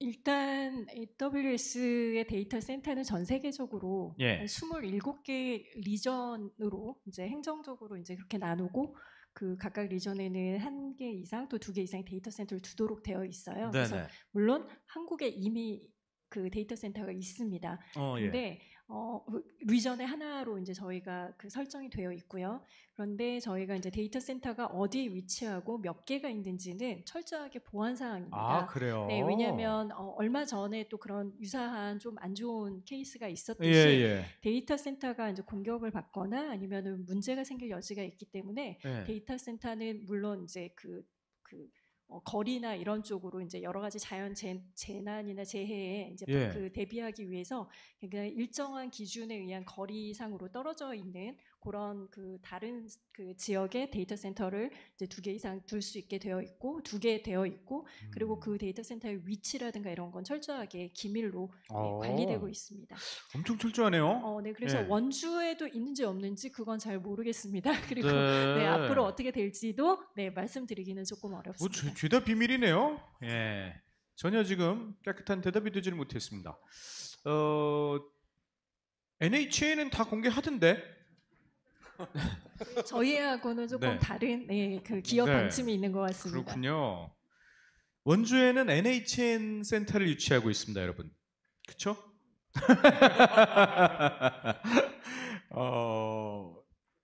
일단 유치가 될 가능성이 몇 %입니까? 저희는 굉장히 낙관하고 있고 예. 어제 회의를 네. 각 기관 관련된 기관 그 전문가 또 거기 대표하시는 분들 이런 예. 분들하고 같이 해서 아주 유용한 의미 있는 대화를 많이 나눴고 그다음에 그 업체에서도 굉장히 아주 밝게 또 적극적으로 적극적인 그런 그 활동을 지금 하고 계셔서 저희는 아주 크게 기대하고 있습니다. 그렇죠. 아마도 이 질문을 주신 분의 의도에는 완공이 되면 원주의 어떤 고용에도 좀 도움이 되지 않을까라는 취지도 있었던 것 같은데요. 그렇죠. 네. 저희도 그걸 굉장히 많이 이제 기대를 하고 있습니다. 그래서 원주시에서 할 수 있는 뭐 재정적, 행정적 네. 그런 지원을 아낌없이 왜냐하면 이제 저희는 일자리 만드는 게 아주 궁극의 목표입니다. 일자리 만드는 것이 네. 양질의 일자리 목표는 게 궁극인데 원주의 그 미래 성장 동력을 만들기 위해서는 반드시 해야 됩니다. 반드시 이건 뭐 선택이 아니고 그래서 이제 운 좋게 원주가 굉장히 좋은 여건을 다 가지고 있습니다. 그래서 빅데이터를 가지고 있는 공공기관들이 원주에 있고 예. 대한민국의 정보가 다 원주에 있고 그리고 중부권을 대표하는 세브란스 우리 그 기독병원이 또 원주에 또 함께 하고 계시고 네. 원주가 이 지금 비행기도 있고 철도도 있고 또 고속도로도 있고 저희는 항만만 없어요. 바다만 없습니다. 바다만. 근데 바다 없는 게 저희는 그게 이렇게 약점이라고 생각을 하지 않습니다. 그래서 지금 수도권 쪽이나 이런 기업에서 굉장히 좋은 반응을 가지고 있고 그래서 이제 낙관을 하고 있어요. 이제 네. 젊은 분들이 이렇게 좀 취업하고 싶고 이렇게 들어가고 싶은 그런 걸 이렇게 매력적으로 느끼는 그 기업들을 많이 유치하는 게 저희는 아주 뭐 제가 취임한 후에 아주 사활을 걸고 있습니다. 네. 앞으로도 그 사활을 건 사업들이 다 성공적으로 이루어지기를 응원을 하겠습니다. 질문을 받지 말고요. 두 번째 토크로 넘어가 달라고 하시는군요. 알겠습니다. 다음 이제 질의응답 시간에 이어서 두 번째 주제를 그러면은 알아보도록 할게요. 두 번째 주제 역시 화면으로 만들어 봤거든요. 함께 만나보시죠. 네, 방금 보신 이 뉴스는 올해 6월에 보도가 된 뉴스입니다. 사실 뭐 10년이 지나는 동안 크게 달라진 게 없다는 생각이 드실 거예요. 뭐 아주 지역적으로 원격 의료의 수요를 감당하는 정도는 아니지만 코로나19로 인한 한시적 허용 요 정도가 지금의 상황입니다. 자, 그래서 두 번째 토크 주제는 국민 건강관리의 한계라고 저희가 정해봤습니다. 사실 우리가 IT 강국이라고 불릴 정도로 아주 뛰어난 기술력을 가지고 있는 나라인데 디지털 헬스케어의 여건은 이렇게나 좋은데 현실에서는 여전히 넘어야 할 산이 많이 있는 것 같습니다. 그 얘기를 좀 진행해 볼까요? 디지털 헬스케어라는 얘기는 뭐 예전부터 많이 들어보셨을 거예요. 그 개념부터 한번 정리를 하고 넘어갔으면 좋겠는데 고상백 교수님께서 디지털 헬스케어를 좀 정의해 주실 수 있을까요? 예, 디지털 헬스는 이 디지털 기술이 굉장히 많이 발전됐잖아요. 그래서 예. 그런 디지털 기술을 의료에 접목해서 활용하는 것을 다 디지털 헬스라고 합니다. 2019년에 세계보건기구가 이 디지털 헬스 가이드라인을 냈는데요.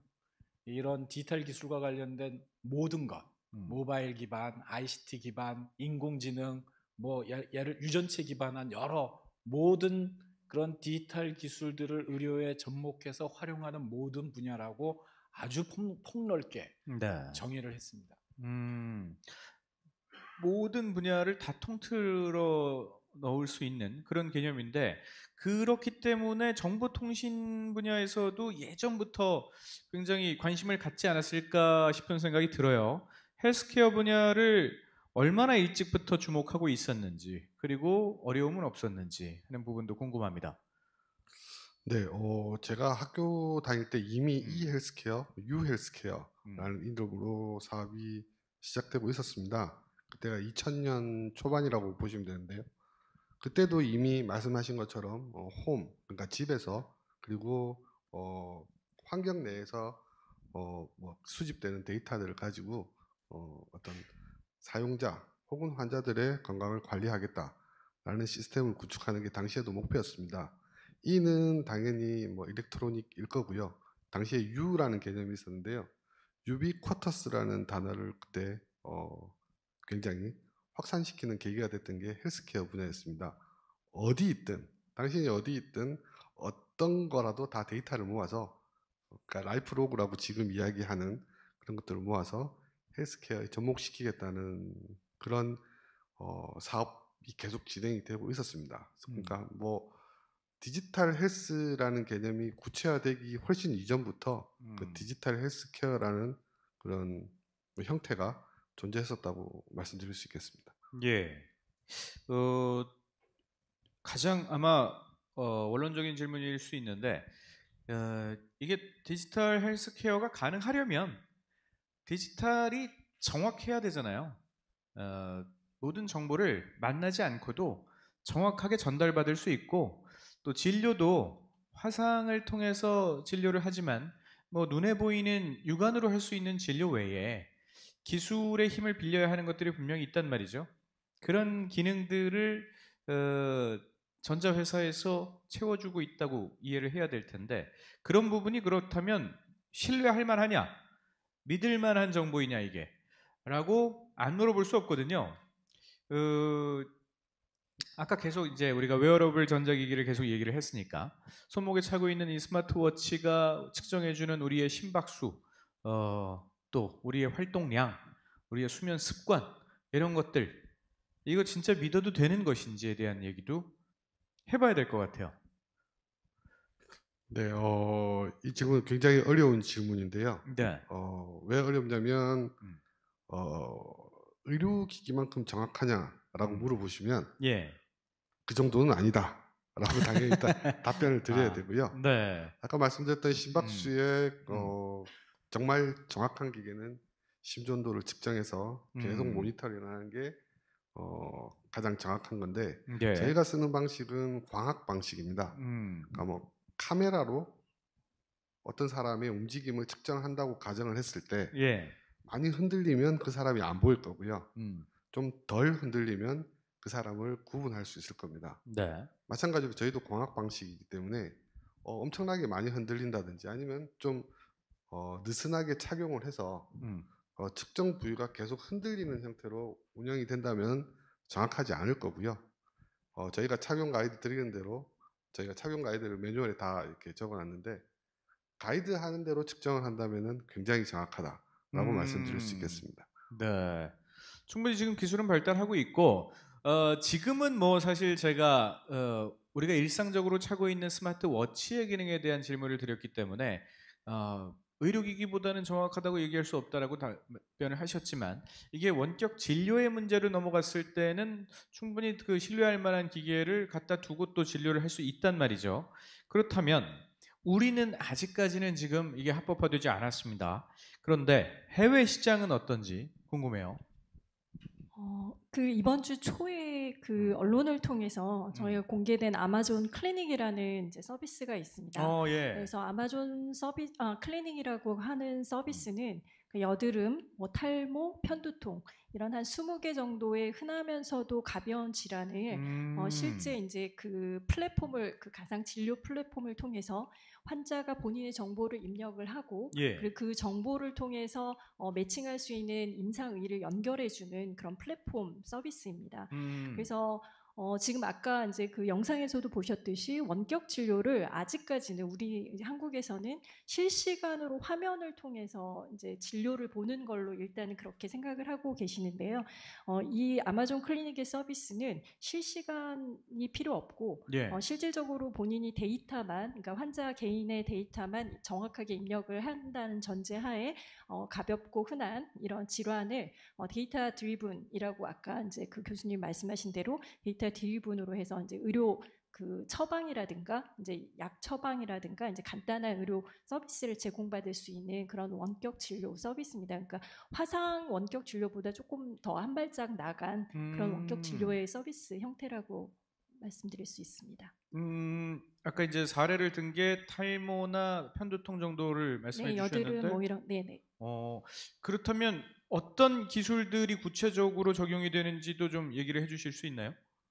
기본적으로는 이제 그 가장 많이 헬스케어 영역에서 이제 그 쓰이고 있는 것은 이제 인공지능 기계학습 이제 이런 부분이고요. 네. 그리고 실제 이제 이런 부분이 그 앞에서 말씀 나왔던 알고리즘을 통해서 환자가 입력한 정보가 이제 실질적으로 어떻게 어떤 의미를 갖는지를 이제 같이 그 평가를 해줄 수 있는 부분이고, 그러나 이제 단지 이런 부분이 현재까지는 아마존 클리닉이라는 거는 중개적인 플랫폼, 그러니까 실제 환자와 임상의, 그러니까 전문적인 임상의를 연결해 줄 수 있도록만 일단은 그 상태로 서비스를 제공하는 거 말씀드리겠습니다. 우리는 지금 이런 얘기가 나온 지 아까 뉴스를 통해서 봤던 건 10년 정도의 갭이 있었는데, 실질적으로 원격 진료에 대한 이야기가 나온 거는 얘기 나온 걸로만 따지면 한 20년 된 것 같거든요. 이 기간 동안 논의만 하고 왜 기술은 발전하는데도 불구하고 현실화되지 못했는지에 대한 부분이 굉장히 궁금합니다. 왜 안 해주십니까, 선생님? 네. 뭐 저는 네. 뭐 이렇게 반대하는 입장은 아닌데, 네. 의협에서 굉장히 많이 반대하는 입장입니다. 왜냐하면 1차 의료기관, 일반 개인 의원이죠. 개인 의원의 경우에는 이제 환자 감소에 따른 이런 문제가 있고요. 또 하나는 지금 이제 디지털 헬스와 관련된 부분들이 아까 신뢰성 얘기했지 않습니까? 그러니까 데이터의 신뢰성, 또 그 치료와 관련된 환자의 안전성, 이런 문제가 확보되지 않았다는 그런 반론도 있고요. 네. 또 하나는 이제 이 우리나라의 그 대부분의 이제 그 의사들이 이제 개인 의원에 있는데, 약국도 마찬가지입니다. 문전 약국이 대부분인데 이 부분이 활성화되지 못한 상태에서, 보호하지 못한 상태에서 이게 열릴 부분에 대한 그런 반대 의견들이 꽤 많은 겁니다. 그래서 그것 때문에 이 법이 개정되지 못하고 있고, 법이 개정되지 못하고 있기 때문에 엄밀히 얘기하면 의사와 환자 간의 원격 진료가 이제 법상 규제로 돼 있는 거죠. 아까 앞에서 나왔던 거는 원격 진료이긴 하지만 의료인과 의료인 간의 원격 진료입니다. 이거는 지금 법상 허용하고 있습니다.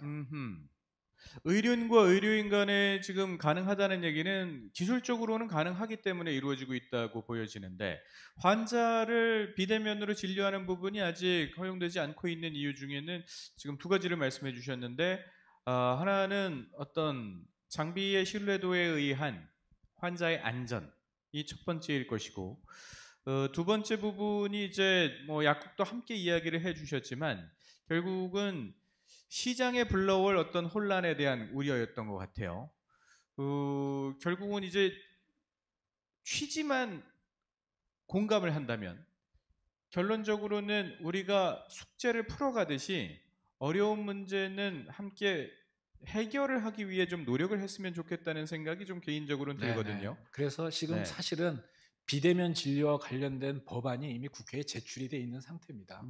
여러 가지 이제 포맷도 돼 있고요. 그래서 단 전제 조건은 1차 진료는 대면으로 하되 2차 진료나 이제 만성 관리하는 경우에는 비대면 진료를 허용하자. 요와 관련된 법안이 이미 현재 제출돼 있는 상태이고, 의협 내에서도 이런 비대면 진료와 관련된, 지금 아까 코로나 사태 때 한시적으로 허용했잖아요. 우리나라에도 닥터나우를 비롯한 이런 플랫폼들이 이미 존재하고 있습니다. 근데 이 부분을 어차피 장기적으로 갈 때 열 거라면 의협이 주도해서 이 부분에 대한 긍정적인 부분들을 검토하자는 의견도 사실 있습니다. 그래서 비대면 진료 법안이 이제 올라가 있기 때문에 이게 이제 언제 어느 시기에 이게 이제 활성화될지에 대한 부분은 좀 지켜봐야 될 문제입니다. 네, 저는 뭐 단순하게 기사를 통해서 접했을 때는 이제 반대 이유 중에 가장 대표적인 핵심 이유가 아무래도 의료 수가의 문제가 아닌가라는 생각을 했었거든요. 우리나라가 뭐 환자 입장에서는 상당히 좋죠. 저수가 정책을 하고 있기 때문에 대부분의 진료비를 국가에서 부담을 해주고 개인이 부담하는 비용은 사실 매우 적은 편입니다. 이런 저수가 정책이 결국은 의료인들에게 조금 더 불이익을 주지 않을까라는 우려 때문이지 않을까, 저는 조심스럽게 그렇게 예상을 했는데, 지금 교수님께서 말씀하신 바 중에서는 약국도 함께 이야기를 해주셨어요. 이 약국 부분은 서진우 매니저님께서 좀 설명을 해주실 수 있을까요? 원격 진료에서 저는 이제 뭐 미국 사례를 좀 말씀드리고 싶은데요. 원격 진료에서 실제로 뭐 모든 분야가 다 풀리지는 않더라도 약 처방이나 아니면 배송에 대해서는 원격 진료가 굉장히 큰 활약을 할 수 있을 거라고 생각을 하고 있습니다.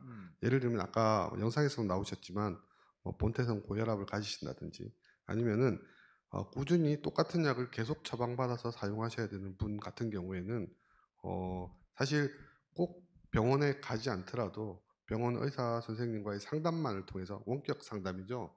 상담을 통해서 약을 처방받고 배달받을 수 있다고 생각을 하고 있어요.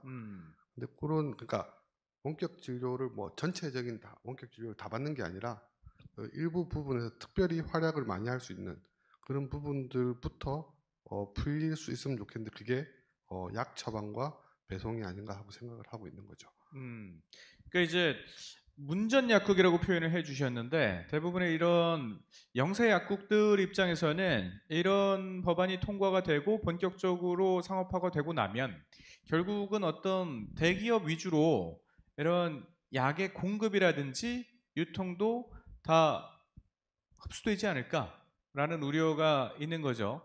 예를 들어서 내가 처방전을 들고 약국을 찾아가서 약을 직접 타 먹어야 되는 시스템인데, 이제 원격 치료로 약도 배송이 되는 시스템으로 바뀌고 나면 동네 약국들은 더 이상 설 자리를 잃을 수밖에 없다라는 취지로 들려집니다. 그럼에도 불구하고 어쨌든 지금 원격 진료에 대한 시범 사업을 원주에서는 지금 추진하고 있는 거 아닙니까? 어떤 취지가 있는 건가요? 이게 저희가 가야 될 길이라고 생각을 합니다. 원주시가 의료기기 도시입니다. 여러분 다 아시는 것처럼. 그 의료기기가 제조업이 이제 기반인데 20년 가까이 이제 하다 보니까 이게 이제 디지털 시대로 접어들면서 의료기기와 디지털을 이렇게 접목하는, 그러니까 지금 반드시 가야 될 4차 산업혁명에서 반드시 가야 될 길이고, 그래서 이제 원주시가 또 다행히 지금 이제 특구로 되어 있습니다. 그러니까 디지털 헬스케어 특구로 지정이 되어 있어요. 그래서 원주에 관련 업체들이 꽤 있습니다. 그런데 이게 이제 제약이 규제가 있기 때문에 디지털 헬스케어 제품을 만들어도 우리나라에서는 이것을 판매가 지금 안 되고 있습니다. 그래서 외국에서 판매해서 수익을 올리는, 좀 이해하기 힘든 그런 상황이죠. 그러니까 제약 규제가 지금 많이 있는데 세상은 급변하고 있는데 그 관련 법규라든지 이런 게 지금 뒷받침이 좀 안 되는 거죠. 그래서 그런 면에서 원주시가 좀 선도적으로 그런 규제도 혁파하고 미래 산업도 원주를 기반으로 해서 성장시키고 또 양질의 일자리도 만들고 하는 그런 세팅 작업을 지금 하고 있습니다. 그러니까 이제 뭐 사실은 그러니까 이게 저희가 디지털 헬스케어라고 하는 게 원격 진료를 기반 개념이잖아요. 그렇죠. 이제 저희는 변화를 굉장히 두려워합니다. 그런데 다행히 외국보다는 그런 디지털 문화에 대해서 아주 선도적으로 거의 5천만 국민이 거의 얼리 어답터 역할들을 많이 충실히 하고 있기 때문에 저는 긍정적으로 낙관적으로 이렇게 봅니다. 그러니까 이제 예전에 저희 조상님들이 사실은 원격 진료를 하셨지 않습니까? 예전에 임금님이 아프실 때 직접 용안을 가서 이렇게 몸에다 이렇게 손을 대고 이렇게 할 수가 없으니까 뭘 이렇게 막을 쳐놓고 가림막을 해놓고 이렇게 실로 연결해서 뭐 이렇게 재고 야사에 나오는 얘기입니다만은 예. 결국 이제 그렇게 했기 때문에 결과적으로 많은 분이 돌아가신 거죠. 그러니까 왕님들이 예. 그러니까 감기 걸렸는데 뭐 혈당 고혈압 치료를 한다든지 뭐 이런 식으로 처방을 하면 물론 이제 그 야사긴 하지만은 그러한 것들이 결국은 지금 오늘날에 와서는 현대기 디지털 기기에 디지털 문명을 의료기기에다 접목을 해서 직접 보지 않고도 진료를 하고 멀리 떨어져서 대면 진료를 하지 않고도 멀리 떨어져서 환자의 정확한 상태를 파악하는 그런 것들을 하는 거죠. 다만 이제 의사가 직접 이렇게 의료인이 직접 대면하지 않고도 정확하게 환자 상태를 파악할 수 있는 기술이 우리가 100% 신뢰할 정도의 그런 수준까지 오느냐 하는 거는 그거는 이제 저는 시간 문제라고 봅니다. 기술의 문제인데 저는 갤럭시가 믿음직스럽습니다. 삼성에서 분명히 갤럭시가 열심히 하겠습니다. 예. 네, 아무튼 뭐 이렇게 말씀을 해주셨는데 아까 임금님 진료는 원격 진료라기보다는 야매 진료. 예, 잘못된 진료죠. 예. 근데 이제 사실은 뭐 원격 진료까지 안 가더라도 그냥 지인 중에 의사가 있으면 전화해서 나 어디 아픈데 물어보잖아요. 전화로 이렇게 해, 뭐 점 없고. 라고 얘기하는 것도 사실 원격 진료죠, 뭐. 근데 이제 제가 궁금한 건 어쨌든 새로운 산업이 성장을 하고 우리가 알고 있던 기존 산업이 변화를 하기 시작하는 시기에는 항상 기존의 산업 종사자들은 조금씩 피해를 볼 수밖에 없는 상황이 발생한단 말이죠. 이런 부분을 어떻게 우리가 해결을 해야 할 것인가가 이제 남아있는 숙제가 될 텐데 외국에서는 지금 실행이 되고 있다고 하니까 비슷한 문제를 좀 해결했던 그런 사례가 있는지도 궁금합니다. 제가 구체적인 어떤 해결 사례를 알고 있지는 못하는데요. 기본적으로 이제 이렇게 기존에 이제 원래 이런 서비스를 제공했던 이제 그 분들, 이제 의료원 쪽이랑 많이 갈등이 있는 원인 중에 하나는 이런 원격 진료나 새로운 진료의 형태, 서비스의 형태가 기존의 서비스를 대체한다라는 어떤 그 전제 때문에 그런 것 같아요. 근데 제가 여기에서 이렇게 그 일을 하면서 점점 느끼는 것은 대체할 수 있는 게 아니라 기존의 서비스를 확장하고 보완한다라는 것입니다. 그래서 기본적으로 대체를 해야 된다라는 전제가 되면 기존에 있는 서비스랑 똑같아야 되는 거예요. 그 서비스보다 나쁘면 안 되는 거죠. 그럼 대체할 수가 없으니까요. 그렇죠. 그렇지만 현재 우리가 가야 되는 원격 진료라든가 아니면은 실질적인 그러니까 다양한 형태의 진료 서비스는 기존의 서비스를 대체하려고 하는 것이 아닙니다. 기존의 서비스에서 커버하지 못했던 것 그리고 보완되지 않았던 것들을 조금 더 기술의 힘을 빌리고 그리고 또 이제 더 나은 기술을 가지고 그것을 이제 확장시키면서 보완한다라는 것이기 때문에 그런 전제를 조금 이렇게 다른 관점으로 본다면 좀 더 쉽게 조금 더 수월하게 그 합의에 도달할 수 있지 않을까라는 생각을 합니다. 네. 뭐 적절한 예가 될지는 모르겠습니다만 뭐 백화점이나 마트가 생기면서 기존의 전통 시장들이 피해를 봤지만 없어지지 않고 함께 공존을 하고 있으니까 그런 부분에서는 함께 또 지혜를 모아볼 필요가 있지 않을까 싶은 생각이 들어요. 굉장히 할 얘기가 많은데 시간이 부족해서 저희가 조금 빠르게 진행을 해보도록 하겠습니다. 질문들이 들어왔는데 이것도 답변을 하고 가야죠. 빠른 답변 부탁드리겠습니다. 일단 원주 지역 대학의 학과들과 연계된 일자리들이 많이 늘어났으면 합니다. 이거 기대해도 되겠는지 시장님께 여쭤봤습니다. 원주가 복받은 도시입니다. 지금 저희 원주시가 추진하고자 하는 미래 성장 동력 그 산업에 원주 지역 대학들이 가지고 있는 관련 그 전공 학과가 다 있습니다. 예를 들면 뭐 지금 저희가 전기차로 넘어왔잖아요. 그리고 한라대 관련과가 다 있고 또 의료기기도 연세대가 있고 디지털 헬스케어도 연세대에서 커버를 해주실 수 있다고 보고 또 저희가 반도체 도시를 지금 표방하고 엄청 아주 힘을 쓰고 있는데 다 있습니다. 원주에 상지대 반도체 학과가 지금 있고 그리고 또 고등학교에 지금 관련 학과를 지금 마련하고 있습니다. 원주 지역 고등학교에 그리고 이제 다행스러운 것은 지금 저희가 기초 인력, 그다음에 전문 인력 양성을 위해서 반도체 교육원을 지금 원주에 설치하려고 하는데 부지까지 지금 저희가 마련해 두고 있고 조만간에 국비 완전 확보했다는 소식, 기쁜 소식이 들릴 수 있을 것이라고 저는 생각을 합니다. 그러니까 미래 산업 관련 학과들이 지금 원주에 다 있어요. 저희 그래서 아주 저는 든든합니다. 네. 박수가 지금 조용히 나오고 있습니다. 크게 쳐주시면 되겠습니다. 네. 국비를 확보해서 청년들의 취업 일자리 도움에 많은 또 애를 쓰고 계십니다. 두 번째 질문은요. 애플워치의 조나 낙상 긴급 구조 요청 서비스가 갤럭시 워치에도 충분히 가능할 것 같은데 아까 있는데 숨겨놨다 그랬습니다. 네. 국내에는 이 규제 등 풀어야 할 문제가 있어서 힘들더라도 해외에서는 서비스가 가능한 사업 모델이 아닌지 궁금합니다. 그리고 갤럭시 워치의 의료 관련 미래 사업 모델은 무엇인지 궁금해하셨습니다. 네, 아까 뭐 기능은 있다고 말씀드렸고요. 네. 기능을 사실 숨겨놓은 이유는 약간의 그 하드폴, 그러니까 낙상이라는 게 사람마다 느끼는 정도가 좀 다릅니다. 예를 들면 급브레이크를 밟았을 때도 낙상으로 감지될 수 있고요. 그리고 뭐 예를 들면 유도 같은 걸 하시다가 그 낙법 연습을 할 때도 낙상으로 감지될 수가 있습니다.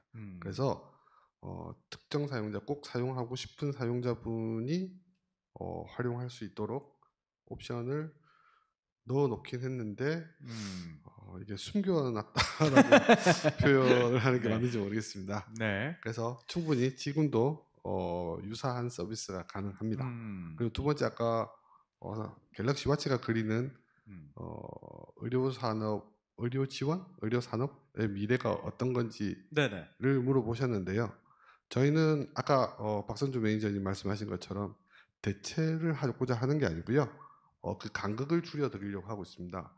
병원 안에서만 이루어지는 어떤 데이터를 병원 밖에까지 연장할 수 있도록, 그러니까 병원 안에서만 측정되고 병원에 오지 않으면 측정되지 않는 데이터들, 아까 라이프 로그라고 말씀하셨는데요. 그런 라이프 로그에 기록된 데이터들이 병원에서도 같이 보시면서 좀 더 정확한 진단, 그리고 좀 더 정확한 치료가 될 수 있고 나중에 결국은 예측과 예방을 통해서 좀 더 건강하게, 사용자가 좀 더 건강하게 사실 수 있도록 만들어 드리는 게 저희가 그리는 미래라고 볼 수 있겠습니다. 알겠습니다. 그 나중에 의료 원격 진료가 활성화되고 나면 시장을 삼성이 다 먹는 건 아니죠? 다 먹으면 좋죠. 예. 부원 설명을 좀 드리면 아까 신뢰하지 못하다 그러는데 병원에서 하는 고가의 장비의 퀄리티를 시계가 따라오면 그 비싼 장비는 필요 없죠. 그렇죠. 그럼에도 불구하고 저는 요 라이프 로그가 왜 중요하냐면 병원에서는 한 번 측정하잖아요. 근데 이 스마트워치는 일상생활의 변화량을 꾸준히 본다는데 굉장히 의미 있는 거예요. 그런 점에서는 굉장히 좋은 데이터고, 최근에 우리 원주에 매주라는 업체가 있습니다. 매주라는 업체는 뭐냐면 부착형 심전도인데요. 이게 3리드가 들어가 있어요. 그래서 이게 24시간, 72시간, 일주일까지도 측정이 가능합니다. 그러니까 집에서 일상생활을 하면서 그 심전도의 기능이 본인의 핸드폰을 통해서 병원에 모니터링이 가능한 거죠. 그러면 거기에 이제 뭐가 들어가 있냐면 데이터가 누적이 돼서 AI 기반으로 해서 뭐가 문제가 있는지를 의사한테 알려줘요. 현재 우리나라에서는 심장 전문의만 그거 볼 수 있거든요. 병원에서 보는 심전도는. 근데 지금 이제 그거를 모바일 카디악 텔리메트리라고 부르는데요. 그게 가능해지면서 급여도 됐습니다. 그래서 7개 업체가 우리나라에 생겼고, 이게 급여화되면서 심장내과가 아닌 다른 의사들도 이 카디악 텔리메트리를 볼 수 있는 영역까지 확장되고 있거든요. 그러니까 굉장히 좋은 사례거든요. 이런 것처럼 이런 디지털 헬스와 관련된 부분들이 의료 영역과 접목되면서 굉장히 엄청난 영역을 확장하고 있다, 이런 얘기를 드리고 싶고, 그 중에 한 업체가 여기 원주 연세대학교를 졸업한 분이 창업을 해서 이 원주에 있는 기업이 그거를 성공 모델을 만든 거거든요. 이게 굉장히 의미 있는 그런 사건입니다. 얘기를 계속 듣고 있으면 사실 앞으로 우리가 미래가 굉장히 밝고 충분히 그렇게 만들어갈 수 있는 여건도 가지고 있어요. 우리가 함께 더 고민을 해봐야 할 문제가 아닌가 싶은 생각이 들고, 굉장히 오랜 시간이 지났다고는 말씀드렸지만 그에 비해서 또 많은 분들이 다 알고 계시지도 않고 많은 분들이 다 함께 고민하고 있는 부분도 아니지 않나라는 아쉬움도 듭니다. 그렇기 때문에 이런 기회를 통해서 조금 더 우리가 관심을 좀 갖고 함께 좀 지혜를 모아야 하는 그런 시기가 아닌가라는 생각이 들었습니다. 그래서 이런 자리도 또 필요한 거죠. 자, 시간 관계상 바로 또 세 번째 토크 주제로 넘어가도록 하겠습니다.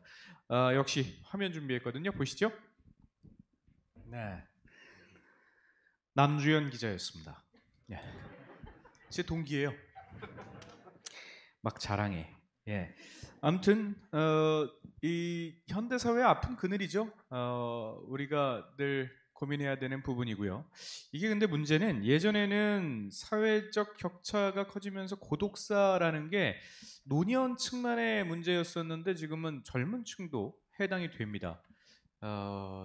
점점 더 큰 암덩어리로 커지고 있지 않나라는 생각이 들거든요. 그러다 보니까 또 반대로 건강관리에 신경 쓰시는 분들이 예전보다 더 늘었다는 생각도 들거든요. 디지털의 방식이 아니라 아날로그 방식의 건강관리도 마찬가지고요. 내 일상의 건강을 많이들 더 들여다보고 있습니다. 일단 또 그런 분이 계셔서 영상으로 준비했어요. 보시죠. 네, 뭐 사실 우리 주변의 모습이죠. 산에 가도 많이 볼 수 있고요. 근데 이제 이런 아날로그식 건강을 챙기는 방식에서 앞으로는 좀 디지털 건강 도시로 나아가고자 하는 의미에서 만들어서 이번 마지막 토크 주제를 미래를 현명하게 준비하는 방법이라고 정해봤습니다. 오늘날 현대인들의 건강을 위협하는 많은 요인들이 있을 텐데 가장 우리에게 위협적인 요인은 무엇일까라는 질문 많이들 받으실 것 같고, 또 그럼에도 불구하고 가장 중요한 부분이기도 하고요. 디지털 헬스케어 분야에서는 또 국민 건강 관리를 위해서 어떤 연구가 이루어지고 있는지 현 주소도 궁금하기도 합니다. 고상백 교수님께서 좀 답변해 주시겠어요? 디지털 헬스 영역에서는 이제 네. 아무래도 이제 센서를 통해서 네. 건강 정보가 들어와야 되기 때문에 고혈압이나 당뇨 뭐 이런 쪽의 연구들이 많이 있습니다. 그래서 실제 이제 그 질병을 겪는 환자 수도 많고요. 그래서 이거를 고혈압, 당뇨를 고당 사업이라고도 하고요.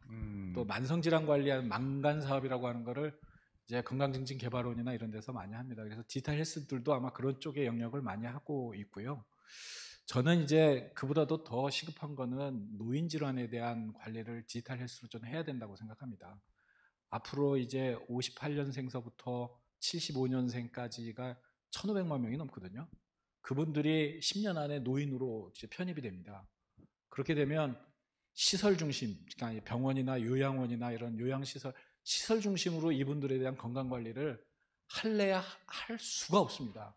그러면 어떻게 해야 되냐면 지역사회 기반으로 이 건강 영역을 확장해야 되는데 그걸 할 수 있는 솔루션 중에 하나가 저는 디지털 헬스라고 생각합니다. 그래서 디지털 헬스와 관련된 앞으로 우리가 해야 될 숙제, 네. 이런 것들이 만성질환 관리 포함해서 앞으로 노인성 질환에 대한 관리에 디지털 헬스가 연구를 매진해야 되지 않나 이런 생각을 합니다. 디지털 헬스케어를 위해서 의료진들은 뭐 당연히 연구를 많이 하고 계실 테고 환자들, 그러니까 일반 국민들의 어떤 협조를 좀 할 필요도 있지 않을까라는 생각이 들어요. 참여의학이라는 말까지 나왔더라고요. 원래 이제 아까 이제 데이터 드리븐 메디신 얘기했는데 미래의학을 네 가지 P로 정리하면 네. 이게 프리딕션 예측, 네. 프리벤션 예방, 네. 그 다음에 퍼스널라이즈드 맞춤의학, 그 다음에 파티시페이터리 참여의학, 이렇게 네 수로 하거든요. 그래서 빅데이터가 있으면 그 빅데이터를 기반으로 질병을 예측하고, 그리고 고위험군은 여러 가지 관리를 해서 예방하고, 뭐 이런 것들이 이제 앞으로 미래를 꿈꾸는 건데, 이 네 가지 요소 중에서 제일 중요한 건 저는 참여의학이라고 생각합니다. 예. 근데 디지털 헬스가 왜 원주가 선도할까? 저는 이제 곰곰이 생각해 봤는데, 원주가 가지고 있는 문화가 있습니다. 역사적으로 협동사회의 역사가 있고, 또 이 주민들의 참여도가 굉장히 원주가 좋아요. 그러다 보니 디지털 헬스가 원주가 선도하고 있지 않나 하는 생각이 들거든요. 왜냐하면 이게 이제 디지털 헬스에 대한 정보가 참여해주지 않으면 이 데이터가 들어오지 않습니다. 그러니까 저도 이제 웨어러블 디바이스를 줘도 뭐 한 열을 쓰다가 말아버리면 무용지물이거든요. 근데 지속적으로 사용해야 이 디지털 헬스가 성장하고 발전하는데, 원주가 보니까 그런 부분에 대해서는 다른 지역에 비해서는 굉장히 좋은 조건을 갖고 있어요. 그래서 말씀하신 대로 여러 가지, 네 가지 P로 시작하는 이런 미래의학을 열어가는 4P 메디신 중에서 저는 참여의학이 제일 중요하고, 네. 그 참여의학의 조건을 우리나라 여러 지역 중에서도 원주가 잘 갖춰 있는 조건이다. 여기에 이제 우리 시장님이 행정적으로 팍팍 밀어주면 더 이렇게 시너지를 나지 않을까, 저는 그렇게 생각합니다. 네. 사실 아까 여쭤보고 싶었는데 시간 관계상 잠깐 지나갔었거든요. 짧게 좀 부탁을 드리겠습니다. 정말 궁금한 게 뭐 도시마다 이제 색깔들이 있고 추구하는 모토들이 있는데, 어떤 도시는 이제 교육 도시고 뭐 이런 모토가 있는데, 원주는 의료 산업 도시란 말이에요. 그런 계기나 이유가 있을 것 같아요. 저는 연세대 때문에 그랬던 것 같아요. 의료기기가, 그러니까 이제 거의 20년 전 얘기인데, 관에서 먼저 의료기기와 관련된, 의료와 관련된 그런 관심을 갖고 시작한 것이 아니고, 원주의 그 연세대 의료기기, 의료기기, 이것을 민간 분야에서 먼저 시작을 한 겁니다. 그러다 이제 거기에 원주시가 적극적으로 관심을 갖고 이렇게 해서 지금에 이르게 된 거죠. 네. 그러니까 대학과 행정과 민이, 산업이 이렇게 접목이 된 아주 모범적인 케이스입니다. 지역에 그 훌륭한 대학이 있었기 때문에 저는 가능한 거라고 생각하고. 아, 그렇군요. 네. 서로가 서로에게 공을 넘기셨습니다. 좀 따뜻한 장면입니다, 여러분. 따뜻한 박수 좀 부탁드리겠습니다. 네, 뭐 앞으로도 당연히 잘 될 수밖에 없다는 생각이 드는데, 자, 이번에는요, 저희가 영상을 준비한 게 우리가 디지털 이야기하고 스마트를 이야기할 때 요즘 빠지지 않는 단어가 있죠. 바로 메타버스라는 단어입니다. 메타버스 의료는 어떤 모습일지 영상으로 보실까요? 대박이죠. 이런 게 이제 앞으로 가능해진다는 얘기인데, 와, 정말 현실감이 느껴지지가 않을 정도입니다. 박선수 매니저님, 앞으로 이 디지털 헬스케어 분야에서 AI 기술이 정말 중요해지겠구나라는 생각이 드는 대목이기도 한데, 첨단 산업 기술들이 우리의 건강한 미래를 위해서 이렇게 접목이 되는 부분이 있잖아요. 구체적으로 어떻게 만날 수 있는지를 좀 설명해 주세요. 특히 이제 최근에는 인공지능 기계학습하고 관련된 기술들이 굉장히 많이 적용이 되고 있습니다. 네. 이제 예를 들면은 천식이나 만성 폐쇄성 폐질환 환자분들은 이제 흡입기를 통해서 약물을 이제 투여를 하시게 되는데요. 그 흡입기에 소형 센서를 부착을 하고, 그 소형 센서 부착된 센서를 이제 블루투스를 이용해서 스마트폰과 연결을 합니다. 그래서 여러 가지 기상 조건이라든가 아니면 이 환자가 투여받았던 어떤 약물의 어떤 내용, 병력, 그리고 이제 일상적인 라이프 로그로부터 얻는 환자의 상태, 이런 걸 총합해서 정해진 시간 이외에도 약물을 투여할 필요가 있거나 아니면 그 이외에 다른 주의사항이 필요할 때 그런 부분들을 이제 경고할 수 있는 일종의 이제 개인 맞춤형 처방, 또 이제 예방, 이제 이런 게 굉장히 중요한 실내가 되겠고요. 그리고 이런 기술이 이제 적용되는 거는 개인 맞춤형 의료를 통한 예측 예방 이외에도 임상의사 결정 지원이라는 그 측면이 있습니다. 앞서도 말씀드렸듯이 이런 기술이 기존의 의료 진료를 대체하는 것이 아니라 이제 확장시키고 보완한다고 말씀을 드렸는데, 굉장히 시간 사람과 그다음에 그 노고가 이렇게 필요로 하는 이제 그런 단계에서 인공지능이나 기계학습을 통해서 그런 시간이라든가 이런 걸 굉장히 축약을 하고 단축을 하고 효율적으로 이제 이런 부분들을 처리할 수가 있는데, 예를 들면 이제 저희 한국의 국내 카이헬스라는 이제 업체가 있는데, 이 업체는 난임 클리닉을 지원을 합니다. 그래서 보통 이제 난임 부부들이 굉장히 많이 어려움을 겪고 있는데요. 실제 이제 착상이라든가 이제 수정이라든가 이런 과정을 통해서 성공할 수 있는 확률이 굉장히 낮은데, 그거를 성공을 할 수 있는지 없는지를 굉장한 전문가가 이제 그 부분들을 확인을 해서 가능성 있는 배아를 착상시키는 그런 과정이 있는데, 이거를 실제 착상률이 높은 이런 거를 걸러내는 인공지능 이제 딥러닝을 통해서 기계학습 통해서 그런 의사 결정을 도와주는, 지원해주는 그런 솔루션을 지금 시행을 하고 있습니다. 그래서 말씀드린 것처럼 이런 예들을 통해서 우리가 알 수 있는 거는 기술들이 개인 맞춤형 의료, 그리고 또 그 의사를 결정할 수 있는 굉장히 다양한 지원을 하고 있다라고 보여집니다. 얘기를 듣다가 갑자기 좀 걱정도 되고 우려도 되는 부분이 생기는 게, 이게 우려를 해야 할 부분인지는 모르겠으나 지금 이제 AI가 전문가를 보조해주고 지원해주는 역할이라고 하셨는데, 점점 더 발전이 되다 보면 AI가 의사를 대체하고 의사보다 더 잘하고 이런 시대가 오면 이거 좀 곤란하지 않습니까?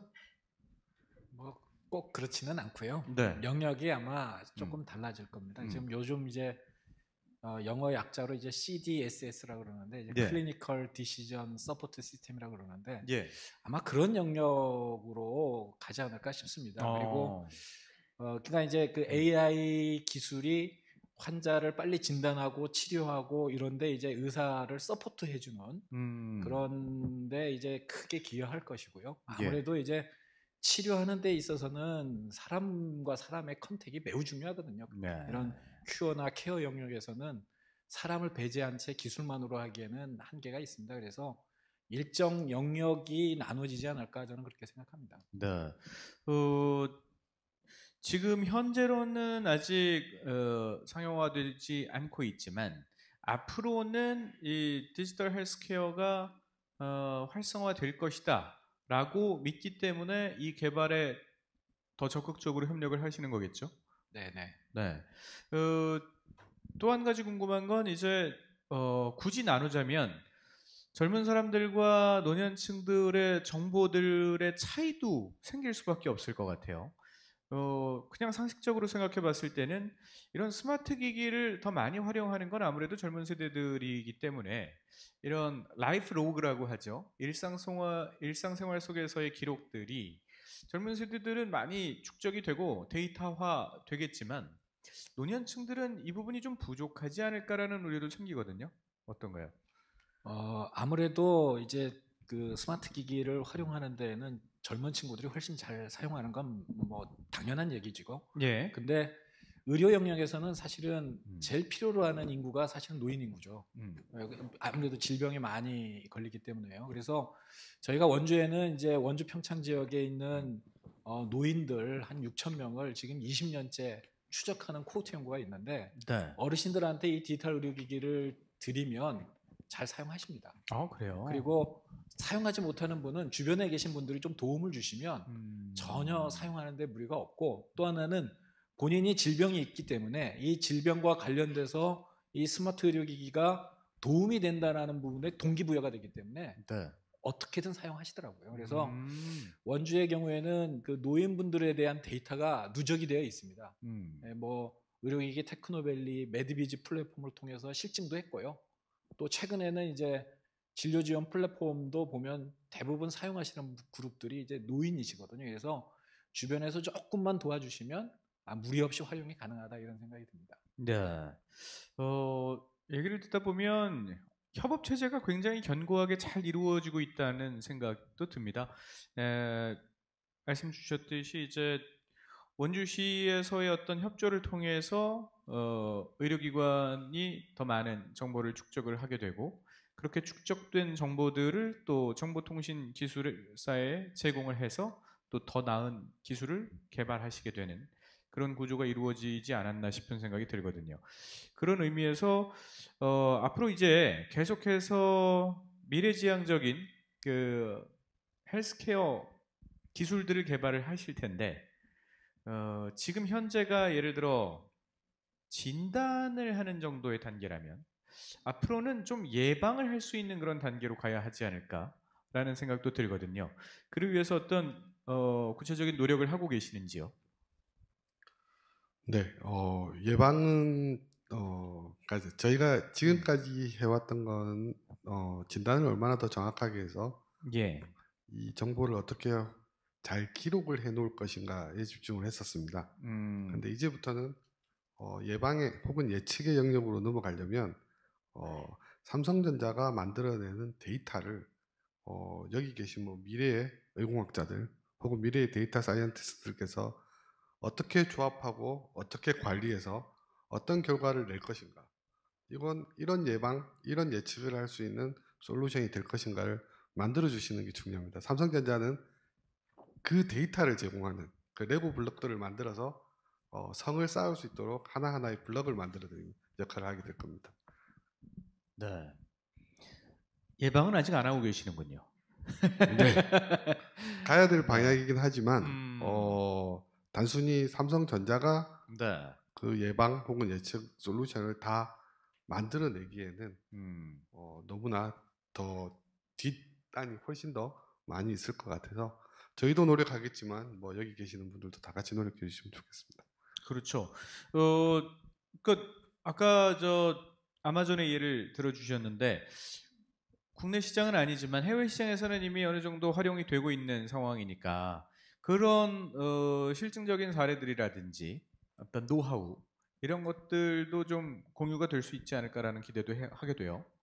그 앞에서 말씀하셨듯이 네. 실제 데이터를 가지고 정말 의미 있는 어떤 통찰력 또는 이제 그 의미를 실제 중요한 의미를 찾으려면 그런 데이터 사이언티스트, 데이터 과학자라든가 그다음에 그거를 잘 분석하고 종합할 수 있는 그런 노하우가 굉장히 중요하게 됩니다. 그런데 그렇죠. 네, 그 노하우를 개발하는 어떤 서비스나 솔루션 그 개발하는 그 담당자는 사실은 어느 일정 대기업이나 아니면 이렇게 그 집중되어 있지는 않는 것 같아요. 그래서 그 부분을 굉장히 다양한 아이디어와 다양한 배경을 가지고 있는 여러 사람 또는 여러 가장 그 작은 스타트업들이 할 수 있는 일이라고 생각을 하고요. 네. 그래서 그런 부분에 있어서 굉장히 다양하고도 큰 생태계가 굉장히 필요한 것 같습니다. 네. 그래서 지금 원주 시장님께서 지금 하고 계신 이 사업 자체가 원주에서 그런 생태계를 만들어 나가는 일이라고 생각을 하고요.